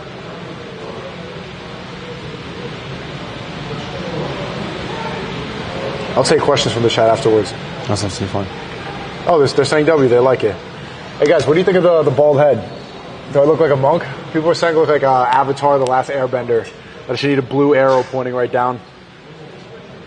I'm gonna keep it going. I want to keep the shaved head look. I feel like a new man. Since coming from Ra, I would say I simultaneously feel like a new man and a newborn baby at the same time. I feel like how I was as a kid, pure-hearted, not corrupted by anything, but also how I'm ready to take on new challenges. I've matured and also reverted to like my childlike state. But I hope all you guys who are stingy with shaving your head can take a lesson from that. If SNEAKO can do it, every single one of you guys can do it. Sometimes a bit stingy. I've got long hair. It's like he's obsessed with his hair, you know. Your hair's pretty long. I can't lose it. No, not my one. I'm talking about others who come from Umrah. Okay. Hair is, because they are so in love with their hair, they don't want to take it off. Like SNEAKO done it, you guys can do it as well. I recommend it for especially for dudes instead of looking. I noticed that too on this trip, is that the problem that a lot of men face is that we used to live externally, like within first-person shooter mode, like how you play Call of Duty. You're just looking out into the world, and it's our job to create and provide. But the phone and social media has made us look more internally than ever, and things like hair and being attached to your looks and your appearance is not what we're supposed to be doing. I think, but what's the significance behind? In Islam, there's a lot of significance on the internal aspect of a human being. Like the Messenger, may peace and blessing be upon him, he said, إِنَّ اللَّهَ لَا يَنْظُرُ إِلَى صُوَرِكُمْ وَلَا إِلَى أَجْسَادِكُمْ وَلَكِنْ يَنْظُرُ right? وَلَكِنْ يَنْظُرُ إِلَى أَعْمَالِكُمْ وَإِلَى قُلُوبِكُمْ. Allah does not really, care too much about your outer appearance. He doesn't look at that. Or what color or what race you are, no. He cares more about your heart and also your actions. Now think about it, right? This materialistic world. How many hours do we spend in front of the mirror? More than ever. Or trying to maybe beautify our outer appearance. Our sisters, how many hours would you spend, doing your face up, doing yourself up? Likewise, brothers, spending X amount of hours a day in the gym, trying to perfect the outer appearance. I would normally say to our brothers, we spend all this time in the gym, right, picking up 120 kilos to the point where you're able to bend it, huh? That's how strong you are. But then we struggle to pick up our blankets for Fajr, or maybe, that's another one. To pick up the Quran, maybe it's a bit too heavy. Right. Blanket, is only how many grams? Right? What, 50 grams? Never weighed a blanket, but we struggle to pick that up at Fajr time, Mm-hmm. So we have to give more time to, even if we just gave a fraction of that time that we spend fixing our outer appearance, to our spirituality, learning about our religion, we'd be in a much better place. Yeah. I was asking you about fatherhood. What advice would you have? I have a lot of young men watching, and me, curiously. How do you prepare as a Muslim, or just even if you're not, how do you prepare for fatherhood? Well, the best thing that you can do for yourself and for your children is to fix yourself, because you are their example. You are the person that they look at most of the time. You and also the wife, right? Their mother. So picking a righteous mother goes a very long way, the direction that the children end up taking when growing up. If it's a mother that's sitting in front of Netflix all day long, the children are going to become hypnotized. Netflix kids. Yeah, Netflix kids. If a woman's going around, dressed a certain way, you might be okay with that. But is that how you want your kids to be growing up? No. Dressing in a very inappropriate way, if that makes sense? Long-stand. Yeah. How do you go about picking the right woman? I hear a lot of people say that that's the most important decision that a man ever makes, is picking the right mother of his children. Yeah, of course. You have to look at her etiquette. You have to look at how she dignifies herself. You have to look at her religion. Right? And this is the advice that our Prophet gave. He says a woman is married due to 4 reasons. Number 1, her beauty. Number 2, her lineage. Number 3, the wealth that she possesses. And number 4 is her religion. And then the Messenger, may peace and blessings be upon him, he emphasized that 4th one. Does that mean you do not take into consideration all of the other ones? No, that's wrong. And I think sometimes our brothers and sisters, they misconstrue that. Right? No one is saying to you that you should only marry a woman that has religion, but then you're not attracted to her. No, you have to be attracted to her, especially in this sexualized society that we live in. Right? So there has to be a level of attraction. There has to be that spark when you see her. Because one of the whole objectives of getting married is to protect yourself from haram, It's meant to be there to lower your gaze. And so when you see a lady, you're thinking, I've got a nice lady at home. Right? I don't need to look at her. So that's very, very important. But most importantly, it is the religion. Because the religion is that what mainly lasts. One's beauty fades away. As you may appreciate, right? It fades away. Even guys, they're very handsome. Yeah. You want to sit in? Yeah, it's fine. Assalamu alaikum. Yeah. What's your name? Hamza. Hamza. Nice to meet you. Yeah, I'm doing good. Hamza. Assalamu alaikum. When are you going to come Bradford? Bradistan. Yeah, Huh? You want me to come Bradford or Bradistan? Allah, inshallah ta'ala. Every time you come, you're always in Leicester or somewhere, Birmingham. I did come to Bradford last summer. Did you? Last summer? Yeah. I took part in a conference that they had. Yeah. Inshallah, hope to see you soon. Inshallah ta'ala. Yeah? Nice to meet you. Would you marry a Christian or a Jew? Nope. I wouldn't. So you're allowed to, right? Islamically, there are conditions and everything. But living in the West, marrying a Christian lady or a Jewish lady, I want my kids to grow up with Islam. You may find yourself in a constant battle of what your children are going to pick up. See what I'm saying? So, yeah, man. Would you even raise your kid? Well, I don't want to bring my kids up in the West, if that's what you're going to ask. I agree completely. Where should we go for the people watching? Recently, I got invited to go to Kenya. To live? Yeah, no, I got invited to do a program. I did a tour there, and I've been exploring different countries to move my family to, and honestly, Kenya just went top of the list, man. So it's something I'm really looking into. Do you It's really speak the nice. They language all at all? speak English. They all speak English. They speak Bro, English? They speak English better than me and you, my friend. Come on. Yeah, man. Don't they speak the? It's one of those countries that have been colonized by the British. The English is very, very good. In fact, I honestly believe it's better than mine. Because they study the English language. We grew up speaking English, right? Because of the environment. Normally when you study, likewise in Nigeria, their English is better than ours. Come on. Yeah, without a shadow of a doubt. I've had Nigerian classmates. Honestly, I was taken aback by their level in English. Yeah. You would go all the way there? Huh? You would really move to Africa? Yeah, Kenya. Kenya is very different. I think you should go visit. I've never been. I've been to Morocco. Yeah. But it's the one place I want to see. Can you what are you? I don't want to say afraid of, but what do you want to shield your children from the most when it comes to raising This whole them? society. It's a sexualized society. And it's not just that aspect of things, right? The doubts that is being ingrained and instilled within, young people today. Like our child goes to school and comes out confused about their gender. This was unheard of when we were growing up. Unheard of, my friend. Right. And now, Dad, I don't know which gender I am. I don't know what I am. Confused. Isn't that the reality? That's the reality, my friend. Why would I want my child to be growing up in this kind of environment? Right. You tell me. Right? There is no and then reason. the doubts that they're getting about their faith. Like, you know what I call the universities in the West? What? A breeding ground for kufr, disbelief, Kufr. shirk, polytheism, liberalism, secularism, They're indoctrination feminism. camps. And of course, the rainbow team are extremely active. Yeah. Again, I'm not inciting violence, right? Why do you keep saying that? Yeah, man. Just to kind of like, Oh, these guys are always going to try and misconstrue our statements, right? that's why you got banned from the States. No, I never said I got banned. I'm joking. I never said I got banned. But yeah, I would never bad. send my daughter to an indoctrination. They go in there. They could be a good. Yeah, it's a breeding ground. Okay, it's a breeding ground. Yeah. It's a breeding ground, my friend. Yeah. But sometimes you can't escape it. Like, isn't it kind of feeding into the rest of the world? I was speaking to some Saudis in Riyadh, and they were saying that the girls here, they're forgetting their grandma's recipes. There's the divorce rate something like 37%, and they don't know how to cook as well anymore, and they're starting to get that feminist ideology.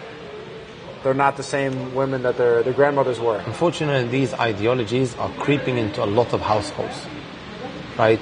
Everywhere you go, you see these ideologies that are creeping in because of the internet, which is a fingertip away. Right. Does that make sense? It's a fingertip away, and information is so easily accessible. Does that make sense? It's so easily accessible. And it's so easy to become overwhelmed by the filth and the garbage that is out there. So we have to, of course, go back to the drawing board, start educating not only ourselves, but the families, our relatives around us. Without education, right, you're like a sponge that is ready to, right, take everything in. Would you let your kids use smartphones? Wallahi, I try to keep my daughters, my daughter, the eldest one, she's only 2 years of age. Oh, okay. It's very limited amount of time that she goes onto the iPad. Well, she's 2? Yeah. And she has an iPad? No, she doesn't have iPad. Oh. It's my iPad. Okay. But she sometimes watches these videos of little girls praying. Oh, mashallah. Right? But the screen time I'm talking about, the screen time, having a lot of that is not good for her. So she basically starts learning how to pray and everything. Oh, okay. She's already been praying with us around her and everything. She's 2 and she's praying. Bro, wallahi, we don't force anything upon her. Because her mother's dressed a certain way, I'm dressed a certain way. She starts dressing, Like how you know? do. Yeah. But it's not bad to force your kids to do something. No, but at that age, we shouldn't be doing that. But it's more like the actions speak louder than the words, Sometimes you just need to behave a certain way in order for the people around you to become impacted. Right. See what I'm saying? At 2, you even notice the kid? Oh, she prays and everything. May Allah bless her and everyone say, MashaAllah. She does this too? She For said everything. At 2? MashaAllah. And How old is the youngest one? the other one is, I think she's coming up to 1 year now. Okay. This one's coming up to 3. So they'll just basically copycat. Children at as young as 1 year of age, they are copycats, my friend. They will just copy whatever you're doing. See what I'm saying? Lead by example. Yeah, that's it. That's it, man. That's exactly it. Are these all your students that are coming around here? You seem like you recognize a lot of people coming around. No, the brother's here for Umrah. Yeah, I know a lot of them. How long have you been doing it for now? How long has it been? Yeah, you have to get some rest before Fajr, right? No, I'm alright, man. I can go on all night. That's You can? Yeah. Okay. Do they have any questions? The people Yeah, online? we do. I still have a lot more. I can keep going. I'm just taking some time. They're saying move to Israel. That's funny. You don't want to talk about what's going on in Israel, Palestine. No, alhamdulillah, we've already discussed it in a lot of detail, and Right. everyone is kind of like already aware.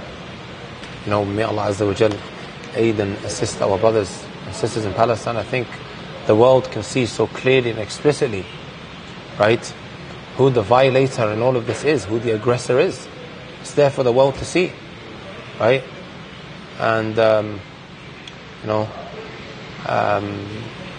yeah, man, keep helping our brothers by making a lot of dua for them. Right? Keep paying charity. Do whatever you can. Boycotting all these products that's helping, right?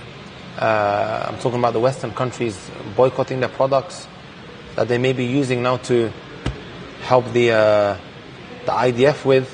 Right. Who do we boycott? It's McDonald's, Starbucks. There's a whole list that they put out, akhi. A whole list. Starbucks and these kind of places. Is that the Alhamdulillah, best? wallahi, I'm so happy that so many people have come to know the reality of what was going on. Every time they try to fabricate a lie, it gets exposed. Immediately. That's the fastest I've ever seen it. Because it's been going on for 20 years, and they usually were able to lie about it. There's that guy on Twitter, I forgot his name. Every day he's posting, subhanAllah, I forgot his name, I think it's something Jacksonville or whatever have you. The truth will come out. Right? And Allah will extinguish this falsehood that people come with. Right? Yeah, brothers, man. And sisters, honestly, it's a sad reality that they are experiencing at this moment in time. Right. And we ask Allah Azza wa Jal to give our brothers and sisters victory. And to aid and assist them. I'm surprised that sometimes I'm hesitant to ask people about that because I'm used to the influencer world. And you'd be surprised. So many of them know the truth.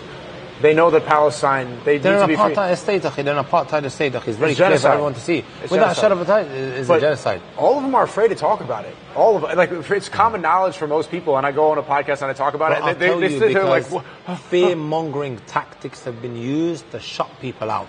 Is it fear-mongering, or they just don't want to lose brand deals and sponsors? No, but that's exactly what it is. The moment you say something, you're going to get cancelled. Cancelled by who?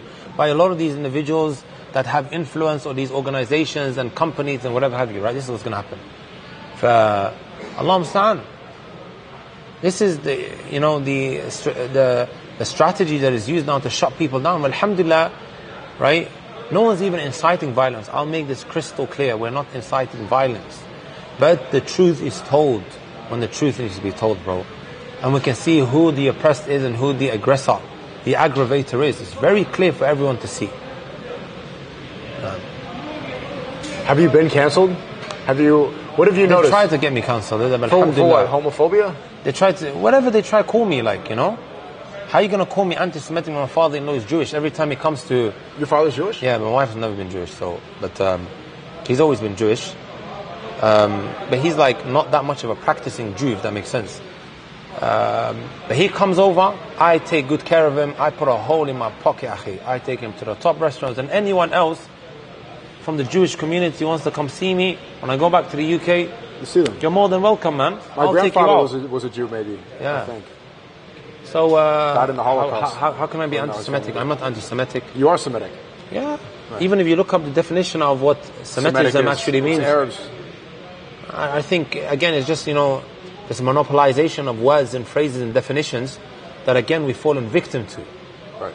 Fear-mongering tactics have been used for us to think a certain way or to look at things in a certain manner. Things ridiculous, absolutely ridiculous.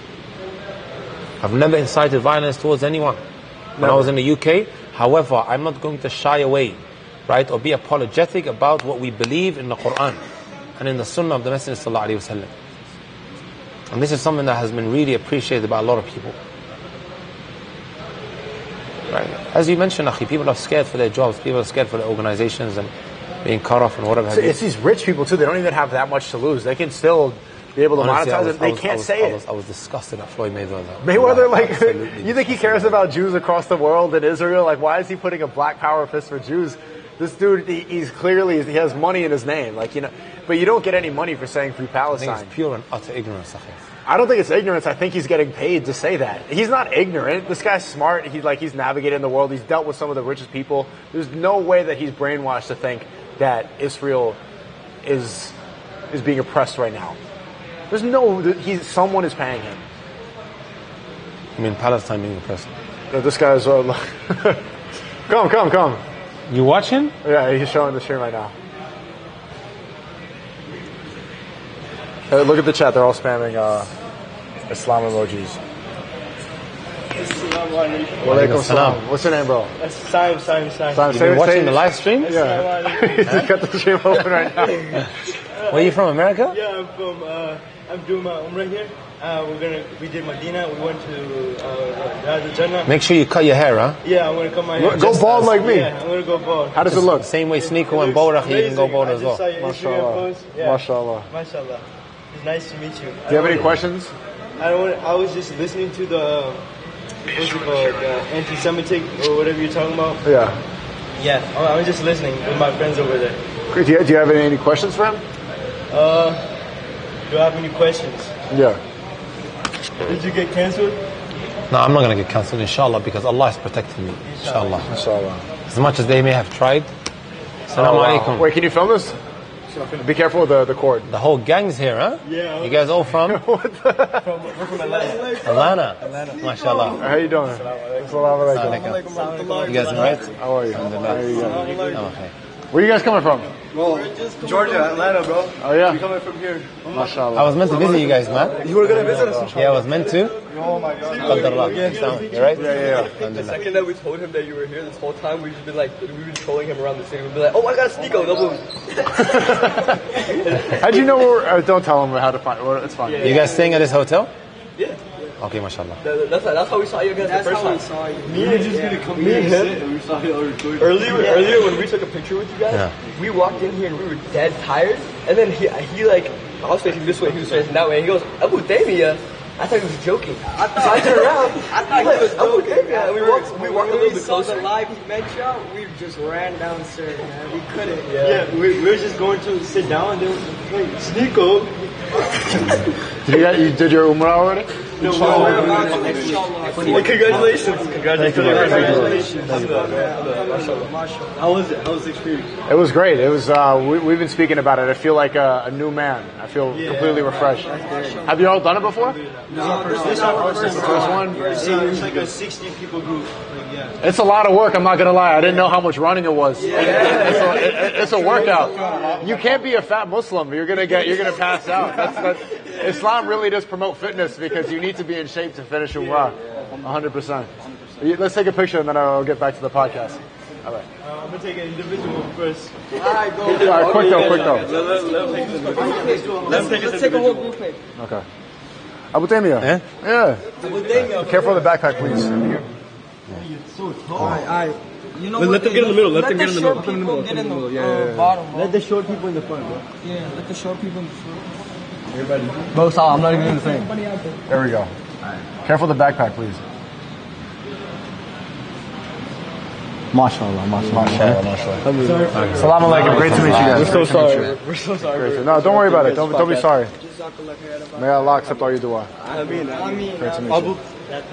Do you mind if I just ask you one quick question? That's absolutely fine, yeah, go on. I'm on the campus right now, alhamdulillah. I'm starting my first year at uni. And I've had a lot of, alhamdulillah, our MSA is very active, inshallah, with the Palestinian protests and trying to spread awareness for it, inshallah. But we've had a lot of, pushback from, the Zionists and stuff. They, tried to stop our meetings. We tried to hold, a peaceful protest on our campus, and, they tried to shut it down. And then they're turning around and they're saying that they're turning around and saying that we're being anti-Semitic towards them. No, just say you guys are being Islamophobic. Yeah, that's what we tried to say to them, but the university's not listening to us. So we're trying to come up with a solution where we're able to speak what we're supposed to be speaking, but we're having these pushback by these Zionists, and we don't want to cause problems and prove their point. We want to show that Islam is not something that you push forward and try to be oppressive against. No, we're trying to show that this is what you guys are doing. We're not here to retaliate and show that, just because you're putting violence against us, we're going to put violence against you. No. We're going to show you that Islam is unity, and we're going to show that we want to have this power, that we're standing with the Palestinian people despite what you guys are putting against us. But the university is making it very hard, astaghfirullah. So nothing in life comes easy, especially if you're a Muslim. Right. We've all faced challenges. I've faced a lot of challenges in my life. Him being a Muslim now, he's being berated by the Islamophobes. Right? So with perseverance, with patience, inshallah, Inshallah. Just keep working, inshallah. Keep making a lot of dua, keep trying to do the right thing. Right. Yeah? Yeah, inshallah. definitely, inshallah. I appreciate it. Take care, man. Thank you so much. Right? Great to meet you. We can get some questions. Walaikum salam. Great to meet you. Yeah, that's absolutely. Okay. You want to take a picture? Yeah, that's fine. Questions, chat. Now's the time. Yeah. Okay, great to meet you, man. Assalamu alaikum. All right. They said that you have a beautiful voice, and they were asking if you could do more Quran recitation. Quran recitations? It starts off by saying, I want to ask two questions. I learned a couple phrases while I was here. When you say Muhammad's name, you say, Sallallahu alayhi wa sallam. MashaAllah. I said it right? Yeah, very right, MashaAllah. Sallallahu alayhi wa sallam. You can memorize the Quran, man. You've got the I do. I have it. Yeah, man, you have it, man. And then the first prayer is Alhamdulillah, Rabbil Alamin, Awakhir. I'll learn more. You'll learn But, it, inshallah ta'ala, with time. I had it better before, but can you give me another? Practice makes perfect. You know, It's such a beautiful. It's like the whole Quran is like the whole book is like a song front to back. Yeah. Allah, ya akhi, if I can just advise the people who are listening to maybe invest in this 10-volume tafsir, right? Explanation of the Quran. Explanation of the Quran, which has been translated into English, is 10 volumes. I think it's only like 150 pounds. 150 pounds. Where you end up learning the meanings of the Quran. Does that make sense? We end up learning the meanings of the Quran. No.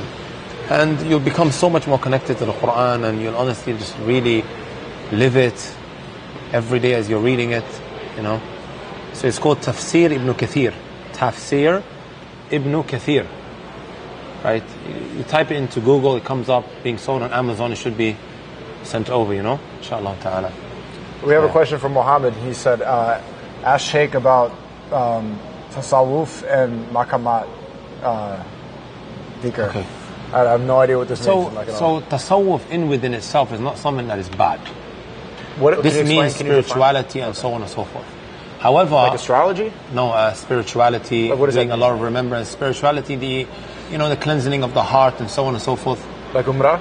Yani there's a lot of things that you can do, that you can study, that you could read on. For example, reading up the lives of the righteous of the past is something that really does soften up your heart, right? And how the heart works and so on and so forth. I've done a lot of lectures on it, ways to soften up your heart. This is called tasawwuf, right? Another way of maybe looking at it is, or should I say, another word for tasawwuf would be tazkiyatun nafs. However, over time, it's become associated with things that are not in line with normative Islam, and because of it, it has such a negative. Is the battery about to die? Yeah, I think so. Let me change the battery, and then I don't want to. Yeah, real quick. Chat. Well, we're gonna F for 1 second battery changing. Yeah. Bryce knows how to move. Look at him. Oh.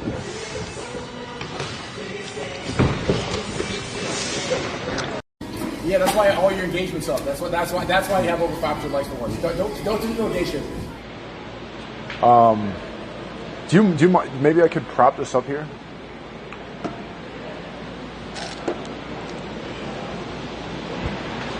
Is that any better? Is better? Okay. Do you mind if I go to the bathroom really quickly? Go. Give me 1 second. Let me go pee. I'll be right back.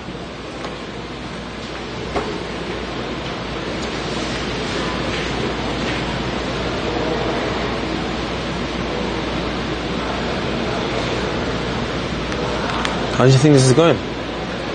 Yeah? Alhamdulillah.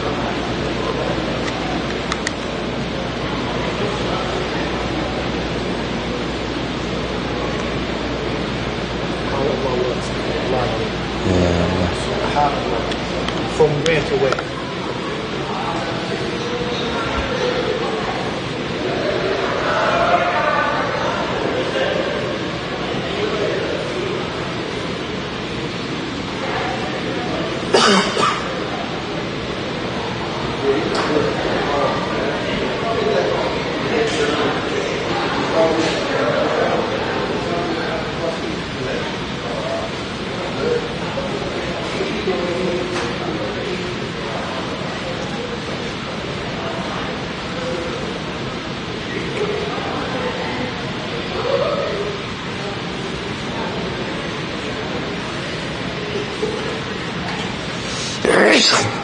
Alhamdulillah.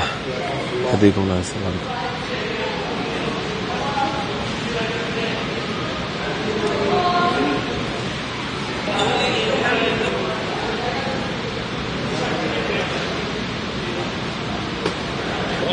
Alhamdulillah.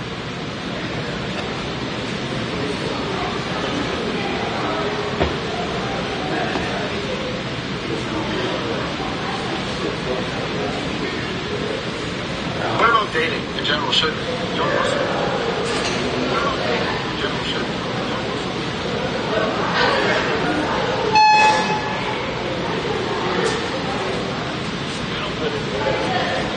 Assalamu alaikum rahmatullahi wa barakatuh, Brother SNEAKO. I hope you're doing well. I have a request. Can you ask Sheikh Osman how many wives he had last month? Is it live? Then ask him. Yeah, I'm back.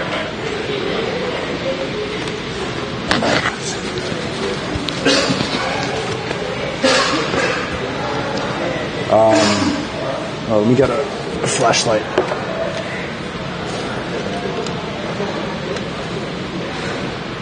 What was I just asking you? About the issue of tasawwuf. Yes. About softening your heart. Yeah. So Yeah.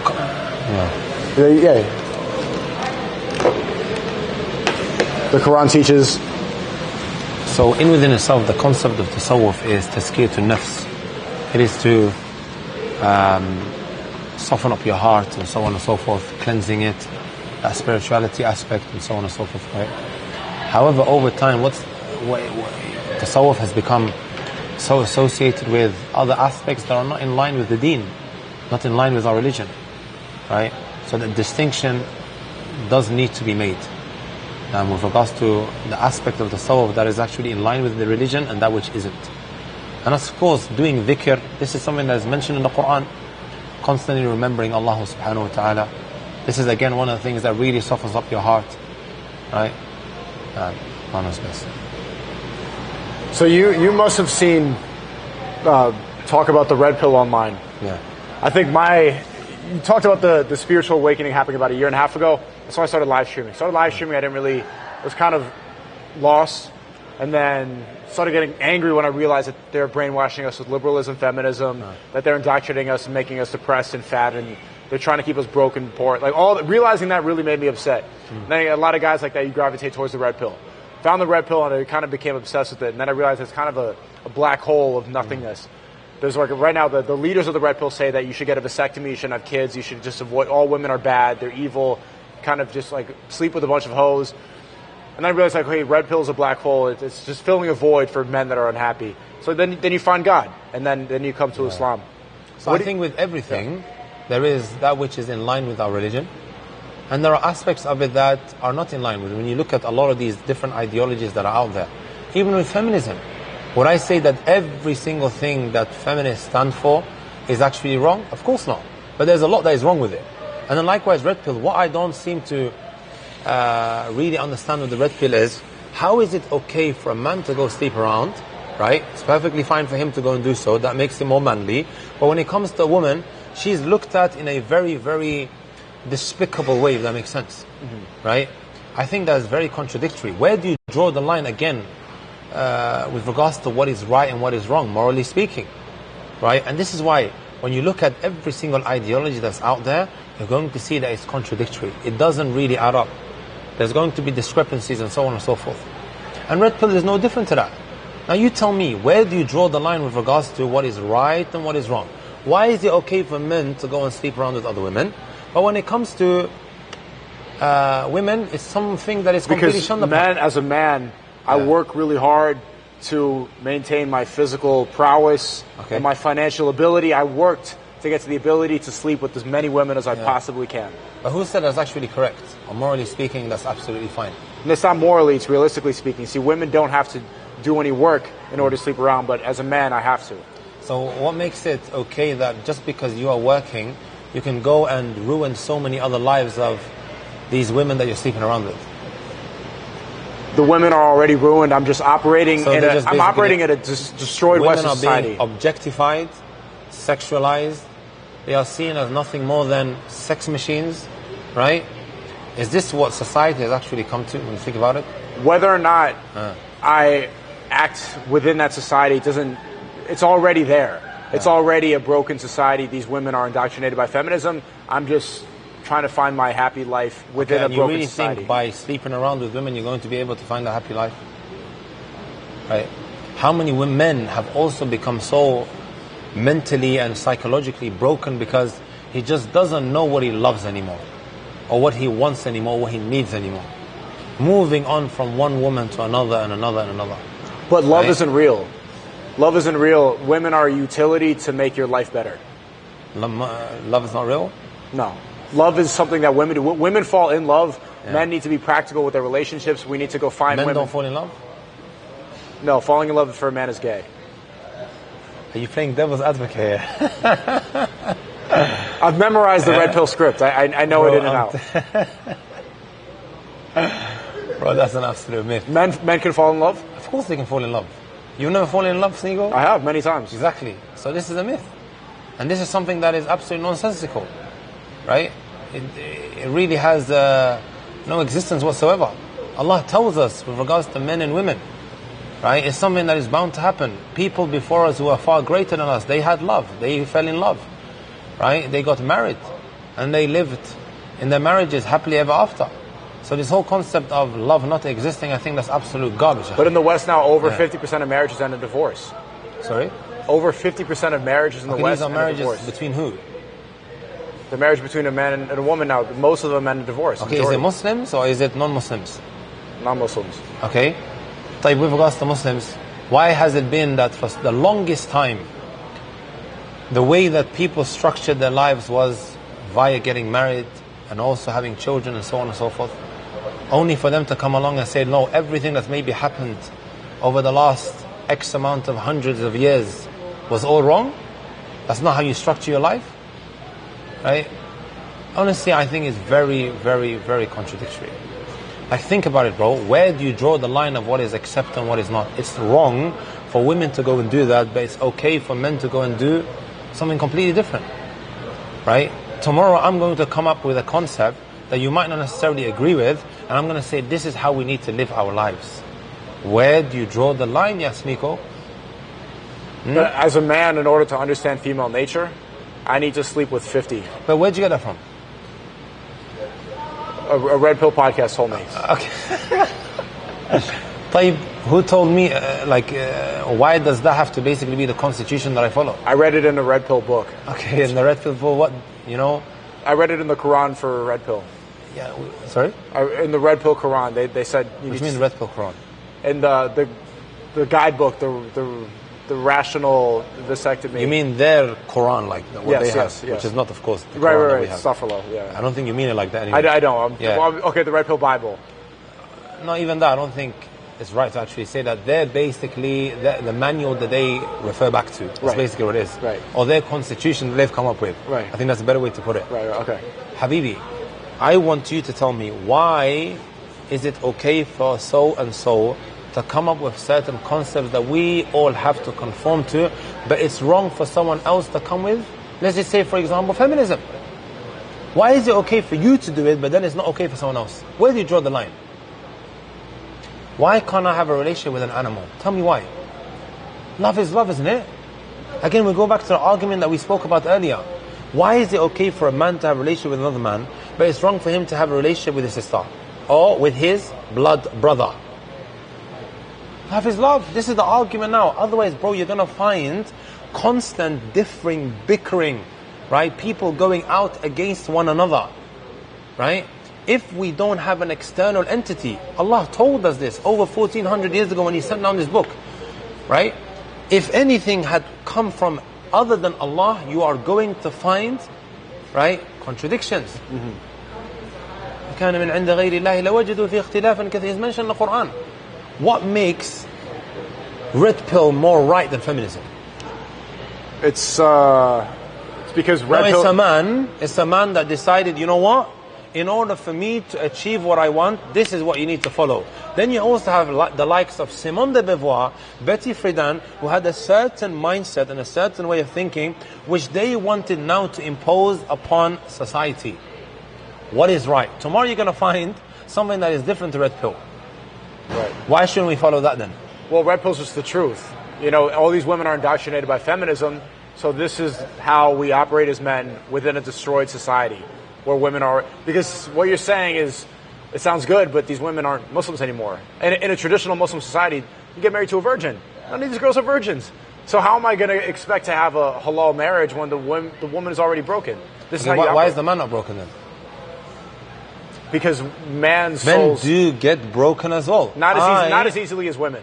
We can. No, but they get broken as well. That defeats the concept of someone becoming broken, right? If you say to me, women get broken, but men, some of them get broken, or they only get or it's harder to break them, but they still get broken. And you're still dealing with the same problem at the end. Right? Someone's going to ask my sister for a hand in marriage. This guy could be broken. Right? I have a brother. He's going to ask her for a hand in marriage. She might well be broken. We're still dealing with the same problem, aren't we? Red pill is the truth that in the West, we're all broken. We're watching porn at 8 years old. Okay. We're going to college and we question our genders. Just being born in America, being born in London is already, you're set for failure. This is why all of us, we are in need of an external entity that is going to give us rules and regulations of how to live our lives. Otherwise, we're constantly going to keep going back and forth with regards to the kind of lifestyle we want to live. Right. We need an external entity, and that is God. Otherwise, the feminists are going to take shots at the red pill guys, and then the red pill are going to keep having their back and forths. Right. And a lot of the time, bro, it's a mindset that has perhaps maybe come out of thin air, which someone has decided to add to a manual book. It's as simple as that. Tomorrow, I'm telling you, bro, someone else is going to come out with something different. And they're going to say, oh, this is the truth. What distinguishes this from that? Right? We're just going to go on all day, my friend. They have arguments, you have arguments. And again, we have to accept that, there is an external entity that is actually the truth. What makes us accept that Al-Islam is the truth? Right? Up until this very day, even though the challenge was sent out by God in His Quran, in His book, in 3 different places to produce a Quran like this, they have not been able to produce anything like it. Mm-hmm. The challenge still stands. It was initially for the Arabs to produce something, but the challenge still stands to this very day.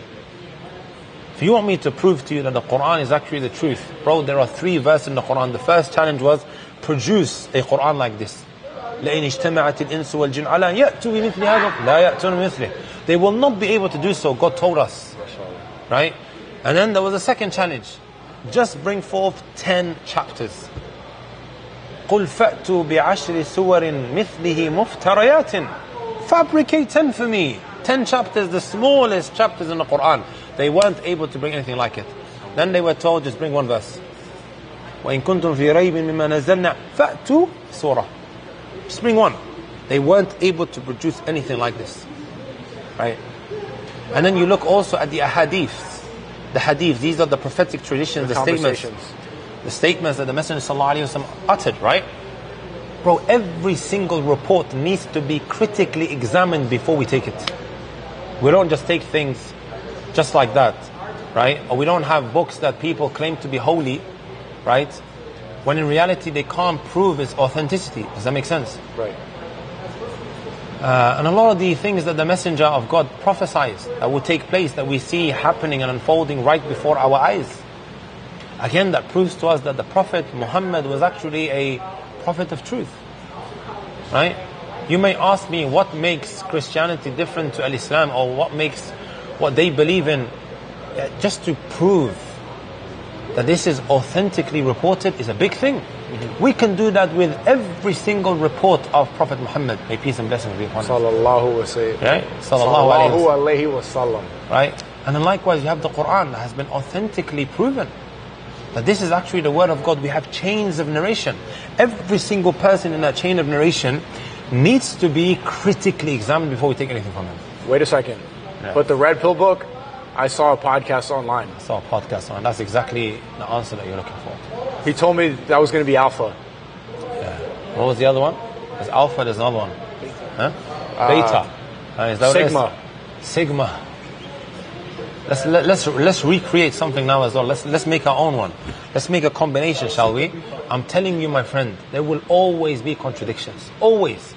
It's okay for a woman, right, to sleep around, it's okay for a man to go and sleep around with everyone and anyone that he wants, but when it comes to a woman, it's shunned upon. Bro, it really doesn't make sense, man. We got some more questions. Yeah. BotTube agent says, ask the Sheikh about Sufism. I like how it's more spiritual and fun. I think he's trolling. These guys are trolling. Yeah, he is. But it's a good question. Well, can you explain what is Sufism? Habibi, our religion is following the Quran and the Sunnah and what the messenger of the Prophet, may peace and blessings be upon him, came. Right? while we have the understanding of the companions. The companions, they were our role models when it came to spirituality. If you want to see how they remained spiritual, then I advise you to go back to how they understood the text that was sent down by our Lord, Allah Azza wa Jal, and also what the Messenger, may peace and blessings be upon him, came with. Right? This is how we should be following religions. As for all of these labels that people have, that should be put to the side. We need to be individuals who ensure that our actions are in line with what Allah came with and what the Messenger ﷺ had uttered and what the companions have come with. Right? In order for them to pop up, they have to pay. Huh? No, they don't have to. They don't have to. It's just easier to see. Or you just basically... Right. Yeah, shouldn't be... guys trolling. Yeah, they are. More questions, guys. Okay, we have one. I don't know if you want to answer this one. It's a sunnah. Would you do polygamy?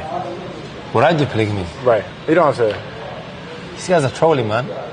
These guys are trolling. Okay. You guys just need to get married first, man. They need to get married. Think about one wife before... Think about one wife before you start even thinking about that which is too hot for you to handle. Right. Have you arranged any marriages for anybody? Have you... I helped, hitch people up. Sometimes there's a brother that's looking to get married and I know that there's a sister that might be looking for marriage. Right. I'm looking.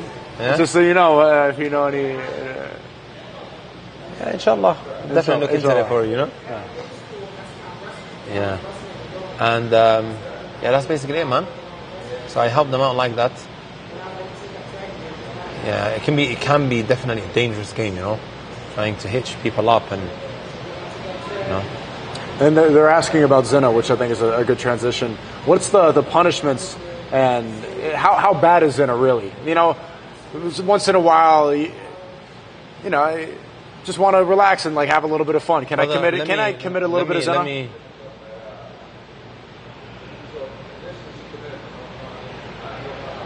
Let me read out some real life scenarios that I've received, right? Okay. When Allah tells you guys not to do something, or He tells you guys to do something, at times you may think, oh man, this is a little bit, right, out of touch with reality or extreme. Yeah, just a little bit of zina once in a while. Just remember this. Everything that Allah told you to do and told you to stay away from, right, is in your own best interest. Otherwise, it is feared, my friend, that you will join this long queue of people who have been messaging me, right? About zina? About sins and zina and so on and so forth. Right? Let me read this out to you guys. This is an email that I have, right? Check to see whether this is a real email. Right? It's from... Screenshot that I took. Assalamu alaikum, Sheikh. Please, can you help me? I've done zina for almost a year now with many, many girls. Many. I'm completely broken. Sounds a bit like the red pill guys, right? 50. It's just 50. So You mentioned, right, that they don't get broken, they don't get spiritually damaged. No, you do get broken, but not as easy as a woman. No, but still, at the end of the day, it still happens. Whether it takes longer to do, or longer to reach that point, or shorter, bro, it's still the same results. And we have a problem then in society, which clearly shows that this is a flawed way of thinking. It's as simple as that. Go on, anyways, read it. But how am I going to know if a girl's a hoe if I don't sleep with 50 hoes? Just read it. I need to sleep with 50 hoes to know which one's not wifeable. No, you need to... I'm completely broken. Take the correct process in finding a woman, and inshallah you will find a good, pious, righteous lady. Inshallah. Yeah. Completely broken, empty, and I don't want to live anymore. My family doesn't know what I've done, only my mother. Everyone who looks at me says I look lifeless. I've lost my appetite for food, lost the will to go on. I really need some advice, please. Do you think it's really because of the girls that's making them... There's got to be something else. It can't be... But read this one as well. Assalamu alaikum, Sheikh. How are you? I hope you're well. So I was in a haram relationship, and today she ended it. Ugh. I'm completely devastated. I can't do it anymore. My heart hurts so much. Please help me. What can I do to make me feel better and get over count it? How many times he says, please He's help me, saying, please. Right? Yeah, read it. Sheikh, please help me. But alhamdulillah, it has come to an end, so I'm out of there again. But I still can't get her away from her. I can't stop thinking about her. If you know what I need to know about it, please help me. Sheikh, please help me. I don't want to come back into a haram relationship. If you have tips, please help me and tell me. I don't want to repeat the sin again. Sheikh, please help me. Again, that's a message that I received on Instagram. Do you believe that? And this is the case of so many young brothers that have been caught up in this cycle of doing haram. Of dating. Do you think that dating is practicing for divorce? Because when you date, you're essentially saying to the partner that you're with, this is temporary. I'm just trying you out. If something goes wrong, I'm out of here. Is dating just preparing yourself and breaking your soul one by one? Man. Bro, I'm telling you, Islam is so perfect in its rules and regulations, its commandments and prohibitions. It is there to serve, right, what we, right, are in dire need of. It's a mandate that you need to follow. It's a constitution. It's a blueprint that we need to follow, my friend. Right? And if we're not, this is the end result. While you have others who are in relationships, and of course, when you're doing things that is not pleasing to Allah, it's going to affect your relationships. But people have always been living their lives in this manner, right? Of getting married and having children, which in today's society is really looked down upon. With all of the different movements that came about. Do you want me to check out the other questions that they have? They have so many, but... Let me have a look at it. Yeah, go ahead. Yeah? It's pouring in. This is going to be hard for you to read it. Oh wow, there's like 7,000 people watching.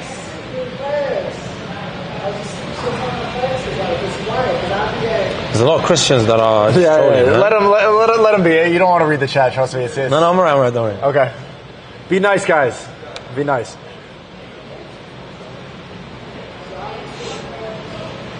Someone said Myron's logic is so broken. Is that the Sudanese brother? That's the Sudanese brother. He's the leader, one of the major leaders of the Red Pill movement. A good friend of mine. One of my best friends. And how is he doing? He's good. I think he's good. It's hard to read him sometimes. There's a lot of guys that are pretty... Where do you think he is psychologically speaking? I don't think he's depressed. I don't think that his soul's broken. I think he's happy. I think he's focused on work. I think the work keeps him going. But I do think that the Red Pill ideology is a reaction to feminism. And I think a lot of the guys in the Red Pill space that are leading the movement, they're not allowed to show vulnerable moments. They're not allowed to say that they fall in love, because then the Red Pill guys who are all angry are going to be like, that's gay to fall in love. Like, they think that showing emotions is gay, but that's just... Well, I'm going to keep repeating this. What determines what is right and what is wrong? Right? You look at the wars that are taking place. Everyone looked at Putin a certain way, right, for attacking Ukrainians. They all said that this is morally unacceptable and whatever have you. Right? Someone else goes and does it. Oh, it's absolutely fine. They're basically doing the right thing. Like, again, what is morally acceptable and what is wrong? Right? What determines for us what is right and what is not? Where do you draw the line? Where do you draw the line? I love that argument. Right? Can I steal that? Yeah, of course you can. Where do you draw the line? You don't even have to attribute it back to me, man. Okay. Post or whatever. I think it's a very thought-provoking question. Where do you draw the line of what is right and what is wrong? No, there's no answer. There's no answer besides the Quran. And this is the problem that a lot of atheists have. You speak to Suzanne, who's an atheist, she says to you that this is morally unacceptable. You go to Bob, who's also an atheist, he'll tell you, no, Suzanne's wrong. Okay, give me a moral compass of how I should live my life, of what is right and what is wrong. I sometimes hear Piers Morgan speaking in his debates and whatever have you. The man's lost with regards to what is morally acceptable and what is wrong. Just what and he's what told. is like a proportionate response and what is not. Because you just don't have a mandate, you don't have a manual, you don't have an external entity that has given you rules and regulations. Whatever view you come out with, someone's going to counter that, and we're going to be there all day long.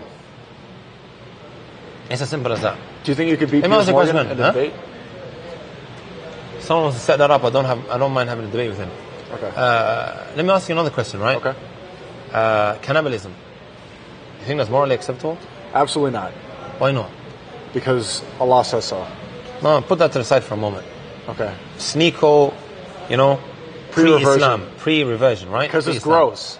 It's gross. Yeah. Do you know that up until this very day, there are some places around the world where this is perfectly legal? Right. There's even, I've completely forgotten now, there is a city in Germany where it's still legal to eat other people.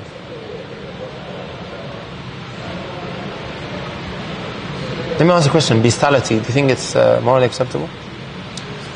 Absolutely not. Why not?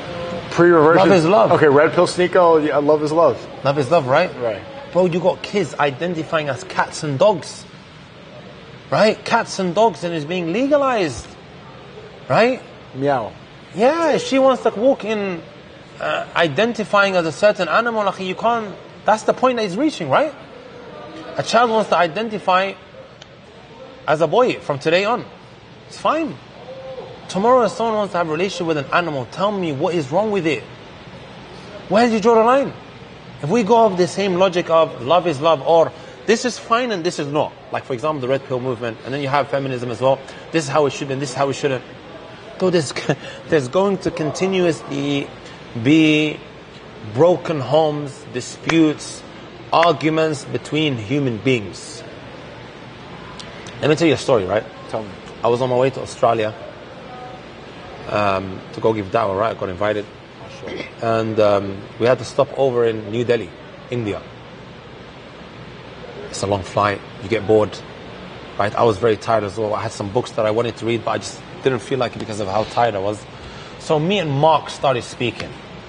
That was his name? Mark. We'll call him Mark. I think that was his name, right? But we'll call him Mark just so we have a good idea of exactly what we're referring to, right? I was pretty tired. I was like, you know what? Let me just try and cheer myself up a little bit by giving da'wah to this guy, you know?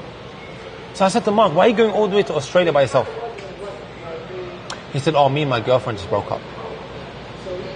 So me being a little bit nosy at the time, I said to him, why? Why'd you guys break up? Because I didn't like, this is a white male from the UK. He said to me, I didn't like the way she was dressing outside. And also the fact that she was having conversations with the opposite gender via text. I found some inappropriate conversations via text, and I didn't like that, so I called it off. So me, just playing devil's advocate, I said to him, Mark, right, why are you being so controlling for? Huh? Live and let be. Liberal values. Everyone's entitled to do as they wish. Shouldn't she be entitled to dress how she wants when she goes outside? Let me ask you a question. It's perfectly fine for a woman to go out in a miniskirt, right? According to many of the Western societies that we live in. It's fine. Yeah. Live and let be. Her body, her choice. Her body, her choice. Ahsan. Why can't she go outside naked? Not wear anything. Tell me why. She can. Like in New York City, girls can walk around with their No, boobs I'm out. saying like with She should, because she's a queen. No, but in most places, she's allowed to walk outside naked. In New York, they can go, but no, not completely. No. You know, generally speaking, It's getting close. Though. It's getting close. Yeah, these are arguments that I heard religious scholars mention. Yeah. Right? It's her body, her choice. She can walk around without a hijab. She can walk around with a mini skirt. But when it comes to her walking around naked, oh no, this is something that is morally unacceptable in most places. And of course, Prophet Muhammad, may peace and blessings be upon him, he told us, لا يأتي الزمان الذي بعده شر منه. There doesn't come a time except that the time that comes after is far worse. So this is not something that is far-fetched that is going to happen. Right? But again, my argument to these individuals is, who are thinking like this, where do you draw the line with regards to what her choice is and what she can now make evident from her body? Tell me where or when. Or what, why and how and... Don't have an answer. Yeah. It's exactly what it is, my friend. Everything that you think about pertaining to how the West is fulfilling their liberal values, Islam fits you it. will find contradictions, and you'll be left with no choice except to, soul searching, looking for that external entity. I just have to accept that I'm a slave, and I have to submit my will to a greater entity, and that is Allah. Alhamdulillah. Give me rules and regulations in order to live by. Are these signs of the end times? Without a shadow of a doubt, my friend. You answer that really quick. The gender ideology, Bro, rampant obesity. Prophet Muhammad, may peace and blessings be upon him, 1400 years ago, he said the following: from the signs of the hour, min ashrat an yaqil al-ilm, knowledge will become scarce, ignorance will become widespread, zina will become extremely rampant. Isn't this what's happening right before our eyes now? 50 bodies. Maybe even more than that. Yeah, it's yeah. وَيَكْثُرُ الْحَرْجِ, and also killings will become extremely, extremely rampant as well. London, Chicago, New York. London, Chicago, New York. Right? And the examples that the Messenger ﷺ gave us or what he prophesied are all, unfolding right before our eyes. Right? How do we prepare for the end time? By going back to the drawing board, working on ourselves, ready to meet Allah in the best state. Right? Simple as that. The sooner, I've seen some Muslims talk about how they sin very frequently. Also, can I mention another hadith that I just remembered? The Messenger of Allah, may peace and blessing be upon him, he says, أَخْوَفُ مَا أَخَافُ عَلَى أُمَّتِي عَمَلُ قَوْمِ لُوطٍ. That which I fear the most for my people is the actions of the people of Lot. It was the Prophet Lot. Lot, yeah. Homosexuality and so on and so forth. This is what he mentioned 1400 years ago, that this is what he fears the most, and now it's extremely rampant. It's being shoved down our throats and rubbed on our faces. Literally. What do they say about the story about Sodom and Gomorrah? Is that where that's where homosexuality started? I think you're referring to the story of Lot, right? Yes. Yeah. The Prophet Lot alayhi salatu wasalam, he would see that his people were tested with wanting to have relationships and sexual practices with the same gender. And he would say to them, مَا سَبَقَكُمْ بِهَا. Right? No one has ever preceded you on this. From the time of Adam and Eve, not Adam and Steve, by the way, Adam and Eve, all the way to the time of Lot, this was something that was completely unheard of. Right? This is when it started. Subhanallah. This was a nation, as mentioned to us in the Quran, they were destroyed. They flipped the fitrah, the natural disposition. So what did God do to them? He ended up flipping the earth on top of them. Right. Where's Sodom and Gomorrah today? Wallahi, I can't say with surety. Honestly, I can't. Okay. There's speculation that it might be here or might be there, but some of these things at times is very hard to really, unless we have like a textual evidence that has been authentically reported. Again, remember when I said to you before, we can't take anything, any narration that is brought to us that is attributed to our Prophet, unless we critically examine every aspect of that chain of narration. We have to check every person in there. Is he a trustworthy reporter? Right? Is he someone who was dignified individual? Right? Was he a transgressing individual? Does that make sense? Yeah. Some people were saying that Sodom and Gomorrah is today where Israel is. Is that true? I don't know, man. There's no point in talking about it. I really, I don't know. What if I continue sinning? If I continue committing zina, continue doing drugs, drinking alcohol, and then right before I'm about to die, just take my shahada, and then I'm cleansed of all my sins? But how do you know that that's actually going to be the case? Just right before, when my last breath is there, just shahada. You think it's that straightforward? I have a principle that our Prophet, may peace and blessings be upon him, told us. He said, whoever lives a certain way, that's how he's going to die. Right? It might be so easy to say your shahada on your deathbed. Right. But we've come across a lot of cases where one was on his deathbed and we tried to get him to say the shahada. And he couldn't speak. Not so long ago, I was in Manchester, I was delivering the Friday sermon. And I was giving many examples. Of how people died with a bad ending. Right? With a bad ending. Right? I gave a number of examples. After the Friday sermon, a Somali brother, he came up to me and he said, I want you to say this in your next lecture. I said to him, what are you referring to, uncle? He goes, this lecture that you just gave, it reminded me of something that recently happened in Somalia. So I was in Somalia and there was this lady on her deathbed. Right? They tried to get her to say the testification, the shahada, to bear witness that no one has the right to be worshipped in truth except Allah and that Prophet Muhammad is the final messenger. Right? Or just La ilaha illallah, the first part of it. Because the Prophet mentioned to us, whoever's last statement is La ilaha illallah, he will enter straight into Al-Jannah. So if I'm getting into a car crash, just say that. But do you think it's that easy for you to be able to say it? No, I don't think so. Right? It doesn't happen. There's a lot of people that haven't been fortunate enough to make that the last thing that ever came out of their mouths. So he said to me, they tried to get her to say La ilaha illallah, which is the testification, the shahada, the testimony, right? And guess what she started doing? She started turning her head to the left and she started humming. This was the same lady that would be invited over to parties to sing for the people. And the principle is, the way you live your life, that's how you're going to die. Of course, there might be exceptional circumstances, where an individual may have been sincere and for whatever reason that God is knowing of, where he's given an opportunity to die in a wonderful way. Right? I've come across people who died and the last thing that was coming out of their mouths was a lyric from a song. Yeah. So live the life the way you're supposed to. That you want to die upon. You're only increasing your chances of dying like that. And Allah is fair and He's just. Someone who thinks you can deceive God, right? I'm going to live my life and then I'm going to say the shahada before I die.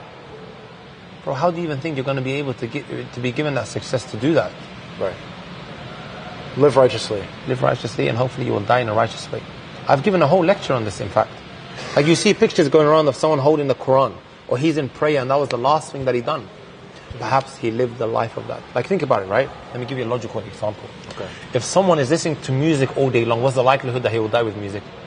Pretty high. Do you always get a reminder before you're about to depart from this world? No. Does the angel of death come knocking on your door saying, listen mate, get ready, you've got 5 minutes left? He does not. Right? How many people die in car crashes? How many people just get shot like that? Right? So if you're living your life of just listening to music all the time, what is the likelihood that you will die like that? Very likely. If you're on your phone all day long, what is the likelihood that you will die with your phone in your hand? Not that I'm saying it's haram to use your phone, but it becomes haram depending on what you're accessing. Or who you follow, what you look at on social media. If you're reading Quran all the time, you're doing that which is righteous, what is the likelihood that you'll die like that? Very likely. It's common sense, isn't it? There was a brother that one time my cousin told me about. He died on the football pitch. Right? Dying on the football pitch is not like dying listening to music. You guys say soccer, huh? Soccer pitch. Soccer. So I asked later on, when... A bit of footy, lad. Sorry. So I asked my cousin later on down the line, what kind of life did he? He goes, bro, this brother loved playing football. Again, playing football or soccer isn't actually haram. It's not haram. It's not haram. So, we're just in a live stream. Yeah? Is that right? Yeah. Okay, me, I don't take photos with girls, Yeah? Is that right? Yeah. If I let you guys, all the girls are going to come running. And we're going to have another Minnesota. Yeah? Inshallah.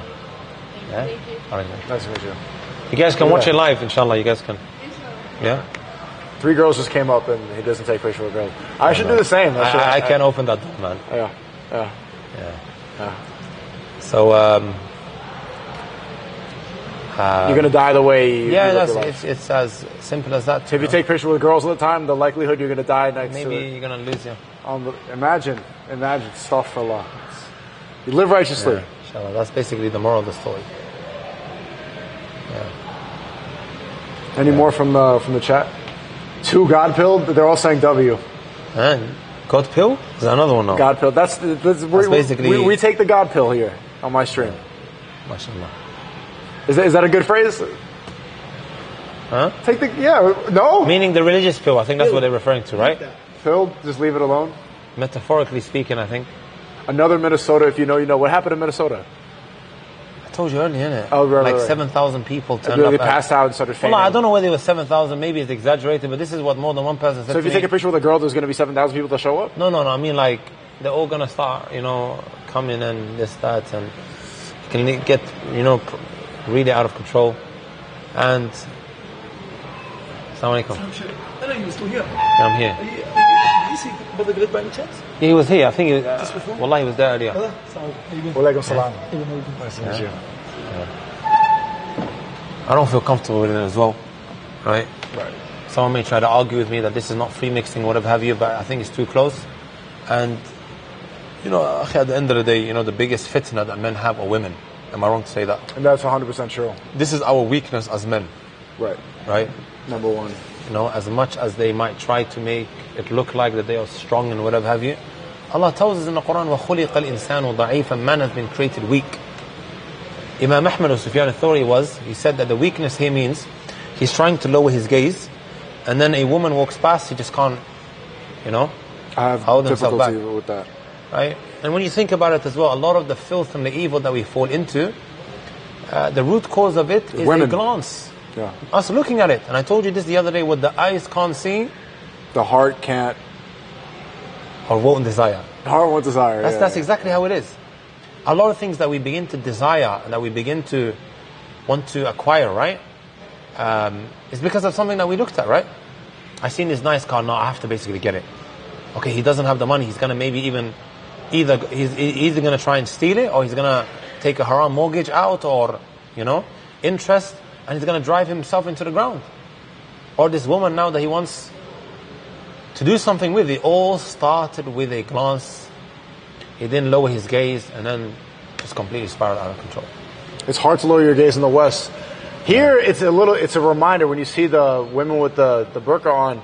Yeah. You're reminded, okay, this is supposed to be protecting our sisters. Yeah. We can't be looking at them, objectifying them. But now I'm thinking about going back to Miami and the stuff about the booty shorts and everything they're wearing, the giant lips and the outfits. It's a lot more difficult over there in the West. Yeah. Can I ask you another personal question? I know you may not want to confess your sins, but what do you have the most trouble with? What do you have the most trouble? Which sin? Well, I just put it this way: we all have shortcomings that we're trying to overcome, and Allah Azza wa Jal has concealed my shortcomings, and I don't think it would be right to kind of exactly speak about it publicly. And that's the general principle 100%. For everyone. 100%. Everyone has shortcomings, and we are told in light of the Sharia that we should not be exposing the sins that we have fallen into. 100%. Right? We all have shortcomings, akhi.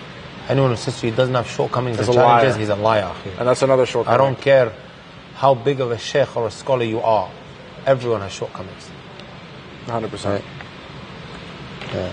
SNEAKO asked if I can say Ya Ali near Kaaba. So, what he's basically saying, I think this guy's actually a Shiite. You have heard of the Sunnis and the Shias, right? What I've witnessed in the past, and this is first-hand experience, of them invoking the great companion Ali ibn Abi Talib. So I can tell us now, right? And of course you can't. When we make dua directly to who? Allah alone. Allah Azza wa Jalla alone. I've actually witnessed this around the Kaaba. One guy one time was screaming, "Oh Ali, save us from the hellfire." Yeah, that's all right. That's shirk. That's the number one. Yeah, ahsant. That's pagan. Knows, man. It's paganism, right? Because the whole idea of Islam is one. Tawheed. It's just everything's one. So even then, I see people in every act of worship, we need to be making it solely for none other than God. Whether it's dua, invoking, whether it's the prayer, whether it is anything else. I even saw it. We're in Medina right now, on the Prophet's grave, sallallahu alaihi wasallam. I saw some people there were kind of. It was close to almost worshiping, and I think that could be dangerous. And the whole point of Islam is to protect from worship of any. And that's the greatest sin. The greatest sin is shirk, which is to associate partners of God or to divert acts of worship to other than God. And no one should be getting anywhere close to that whatsoever. We need to take precaution. Right? So kissing the Kaaba, things like that, is that also shirk? No, but the reason why we kiss the Kaaba is because the Prophet done it. And we're doing it simply because the Prophet, may peace and blessings be upon him, done it. But when you see people walking around, they're climbing and trying to, is that... Yeah, of course, there's exaggerations and everything. We need to basically just stick to what the Prophet mentioned. Whenever you have a question about, should I do this, should I not? The first question that should come to mind is, what did the Prophet do? What did the Prophet, may peace and blessings be upon him, and his companions do? And that's how we should be living our lives. That's our blueprint. Right? Nothing more, nothing less. Does that make sense? Try and hit that blueprint, perfectly. The same way an engineer erects buildings and, he follows the blueprint, right, of what he needs to do. That's how we should basically be living our lives as Muslims. If it's sunnah or not. Yeah. You need to ask, did the Prophet do it? Did the Messenger ﷺ carry it out like this? Did the companions do it in this way? That's a question that we should always ask. What will happen to the pagans after, when they die? Where are they going? So we are told that if you do not embrace and submit yourself to monotheism, right, in the Quran, that your abode will be none other than the hellfire. Anything other than that, you are under the will of God. He may choose to forgive you, right? As long as you had tawheed, right? He may choose to forgive you, or you may be punished in the hellfire, right? And I don't think we want to even have a 1% chance of being burnt in the hellfire. That is 1/70th of the fire that we kindle with, or should I say the fire that we kindle with in this world is 1/70th of the hellfire. Yeah, I don't want to take that chance, I'm going to be honest. Yeah. Don't want to take that chance. You get sometimes burnt using, the stove. Right. You can barely bear it, 70 times more? There. That's tough. Let me ask you this, because we have so many Christians watching. Yeah. That I see online, especially when it comes to the liberalism and the feminism and the LGBT indoctrination, that the Christians and Muslims, we see that we have a lot in common, especially when it comes to resisting that indoctrination. Do you consider Christians brothers? What do you think, especially recently, the last year and a half? I will say that they are more closer to us than many of the other religions.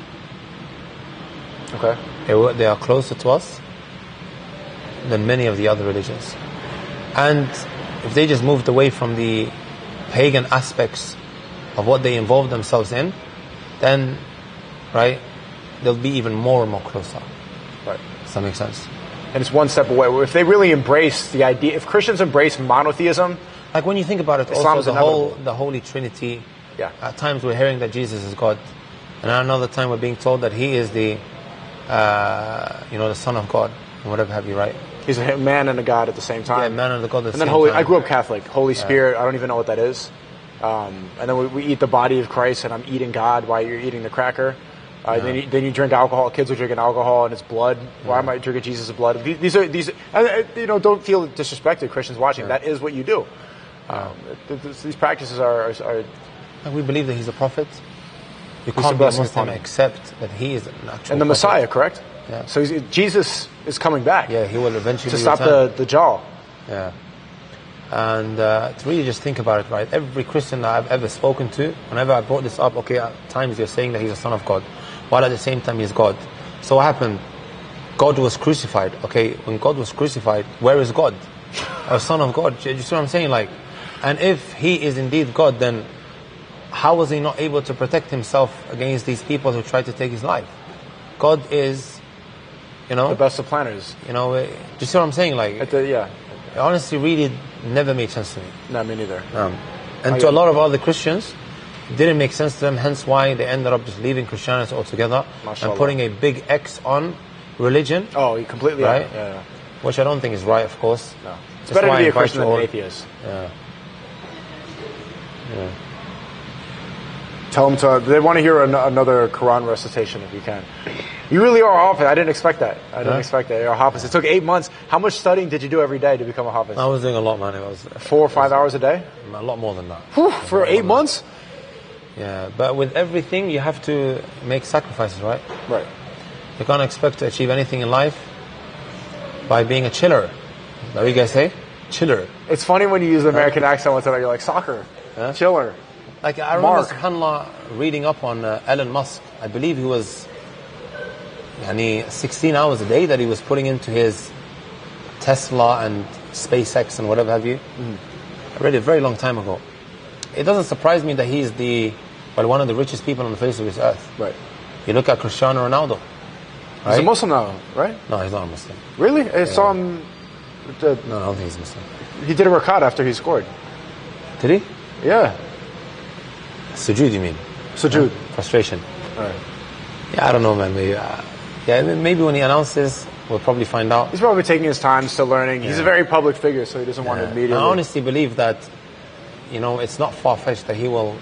Inshallah, Ronaldo, you're welcome. Embrace Islam. Yeah.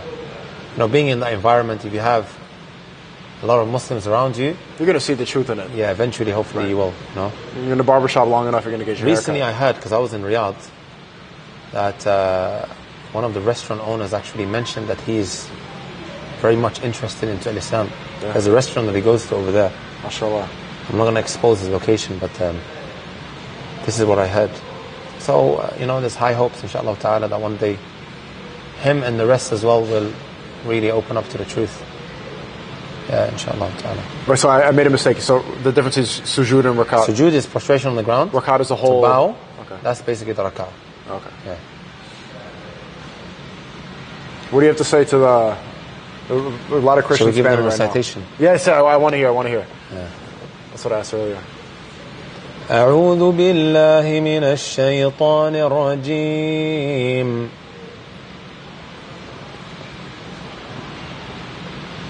لقد كان لسبع في مسكنهم آية جنتان عن يمين وشمال كلوا من رزق ربكم واشكروا له بلدة طيبة ورب غفور فأعرضوا فأرسلنا عليهم سيل العرم وبدلناهم بجنتيهم جنتين ذواتي أكل خمط وأثل وشيء من سدر قليل ذلك جزيناهم بما كفروا وهل نجازي إلا الكفور. Ameen. MashaAllah, that was beautiful. Which qira'ah is that? That's Khalaf. Oh, mashallah. Thank you. Wow. وهل يجازى. Wow. I think that's the other one. Yeah. I think we should end on that. Yeah. That was beautiful.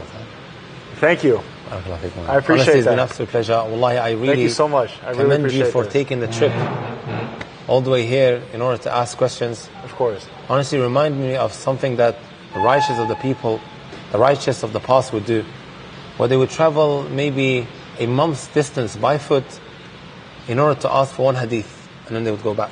And sometimes they might even find that person that they wanted to take the hadith from, he passed away. Right? So you can, inshallah, consider yourself someone who's gone out trying to seek knowledge. Hopefully you'll do it more on a bigger scale as well. Inshallah. Right? On a more, what's the word that I'm looking for? A more consistent basis, inshallah. But honestly, this has been really, really good, because that which is going to save all of us is none other than knowledge. Right? As I was mentioning to some brothers earlier, we have the fitna of temptations and the fitna of doubts. People are going to try and throw a lot of doubts at you. They do. Right? To really shake your faith. Right? And that which is going to really help us shield ourselves from these doubts that come our way is none other than knowledge. Right? And there's so much more to learn. There's so much more to learn. How many years of studying have you done? So I've spent a total of 10 years abroad. Right? For example. ها؟ هذا لل حياك الله. حياك الله. علومك زينة. السلام عليكم. ما رأيت حول ماذا يعني؟ والله هذا بودكاست تقريبا يعني. كيف؟ الأخ هذا من المشاهير جاء إلينا لأرض الحرمين. ما شاء الله. يريد أن يعتمر، وهو من دقيقة فقط. نعم. تسمع إلى من شيخ عبد الرزاق البدر والنعم. الله يبارك فيك. They're saying W stream right now. The chat's they really enjoyed this one. I really enjoyed this podcast. ما في مشكلة. لكن before I do the outro, I pronounce it Abu Taymiyyah. Abu Taymiyyah. I said it right. Yeah, you said it right. Abu Taymiyyah. That's it, yeah. Okay, well, make sure that my incompetent team fixes the title. I really feel bad about that. That was not me. I can even show you the conversation. I said, make sure. It's absolutely fine. Wallahi, I said, Don't make worry sure too you much spell about his it, name man. right. But I have the pagans working for me. They do it. You had your umrah? طلب العلم عند الشيخ عبد الرزاق. You had your umrah today? He doesn't speak English. Oh, okay. Okay, we'll talk after. Well, I need to end the. Can you tell me I need to end the podcast? سنتخلص من هذا إن شاء الله ثم نتكلم إن شاء الله. ما في مشكلة. Inshallah ta'ala, my brothers and my sisters who have been listening, and also to the non-Muslims, I want to invite every single one of you guys to take this journey so much more seriously. Right? Even there are a lot of people who were born upon Islam but have never ever tasted the sweetness of this faith, simply because we haven't really gone out to learn about our religion. Right?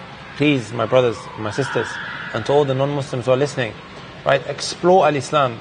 Why are people like Andrew Tate? Why are people like my brother here, SNEAKO, right, embracing an Islam. I'm not saying that, right, you're going to become perfect, or any one of them are perfect, or even myself is perfect. People are not perfect, but Islam is perfect. But they must have seen something in order for them to really pay attention to this religion. Right? So this is my advice to you guys, inshallah. Right? I really hope you guys at least give yourselves a chance by looking into Islam. And I will guarantee you it will really blow your mind away. Right? Especially with everything that we've been seeing happening in the last couple of weeks with our Palestinian brothers. Why are so many of these Western governments, right, trying to bury the reality of what's actually happening, voting against a ceasefire and whatever have you, right? Like what happened in the UK, right? The West, is it really the answer, my friends that are listening? I hope inshallah ta'ala we can stop on that note. You guys take care of yourselves, and until then, hopefully maybe one day we'll have another get together. He's going to be leaving, I'm going to be going back to my studies. Right, and yeah, anything you guys need, I'm always there for you guys, man. Where can honestly we find more of your videos? Well, I have a YouTube channel called Abu Taymiyyah. Also have Instagram and Twitter. So, inshallah. We'll make sure to put the links in the description and everything. Thank you so much for your time. Oh, bro, it's been a pleasure, man. I really honestly appreciate this. right? Someone did say to me that SNEAKO has a good heart, and honestly, I've actually seen that. It's pretty evident, the fact that you really want to learn, and hopefully you will continue this journey. Don't stop. Continue learning, asking questions, right? No one's ever going to be perfect, and we're just going to try, inshallah, to be the better, our better selves, inshallah. Live righteously. That's it, man. Disappointed. I'm like the same boat as you. I have to go back to the West. I have to leave the Holy Land and go back to the land of Shaitan. But bring the knowledge that we've acquired here and make sure we can do the right thing every day. And my team members, they're upset at me right now. I love my team members, just so we got to spell their name right. So I'm just joking. They're a good team. Peace and blessings upon everybody watching this. I wish you the best. And I will strive to do the best I could possibly do, using my platform the right way. I really appreciated this trip and everything I learned here. And I highly recommend for new Muslims and any Muslims to take a trip to Mecca and Medina. Come to the Holy Land. It's exactly what it was. I don't even want to leave, man. Me, personally, I was in the UK for a year and a half. I did all those trips. Wallahi, my heart was really craving to go back to Medina, man. Alhamdulillah. Alhamdulillah, inshallah. Thank you so much. And I love you guys. Make sure to follow God. And we'll see you guys soon. Stay tuned. Bye.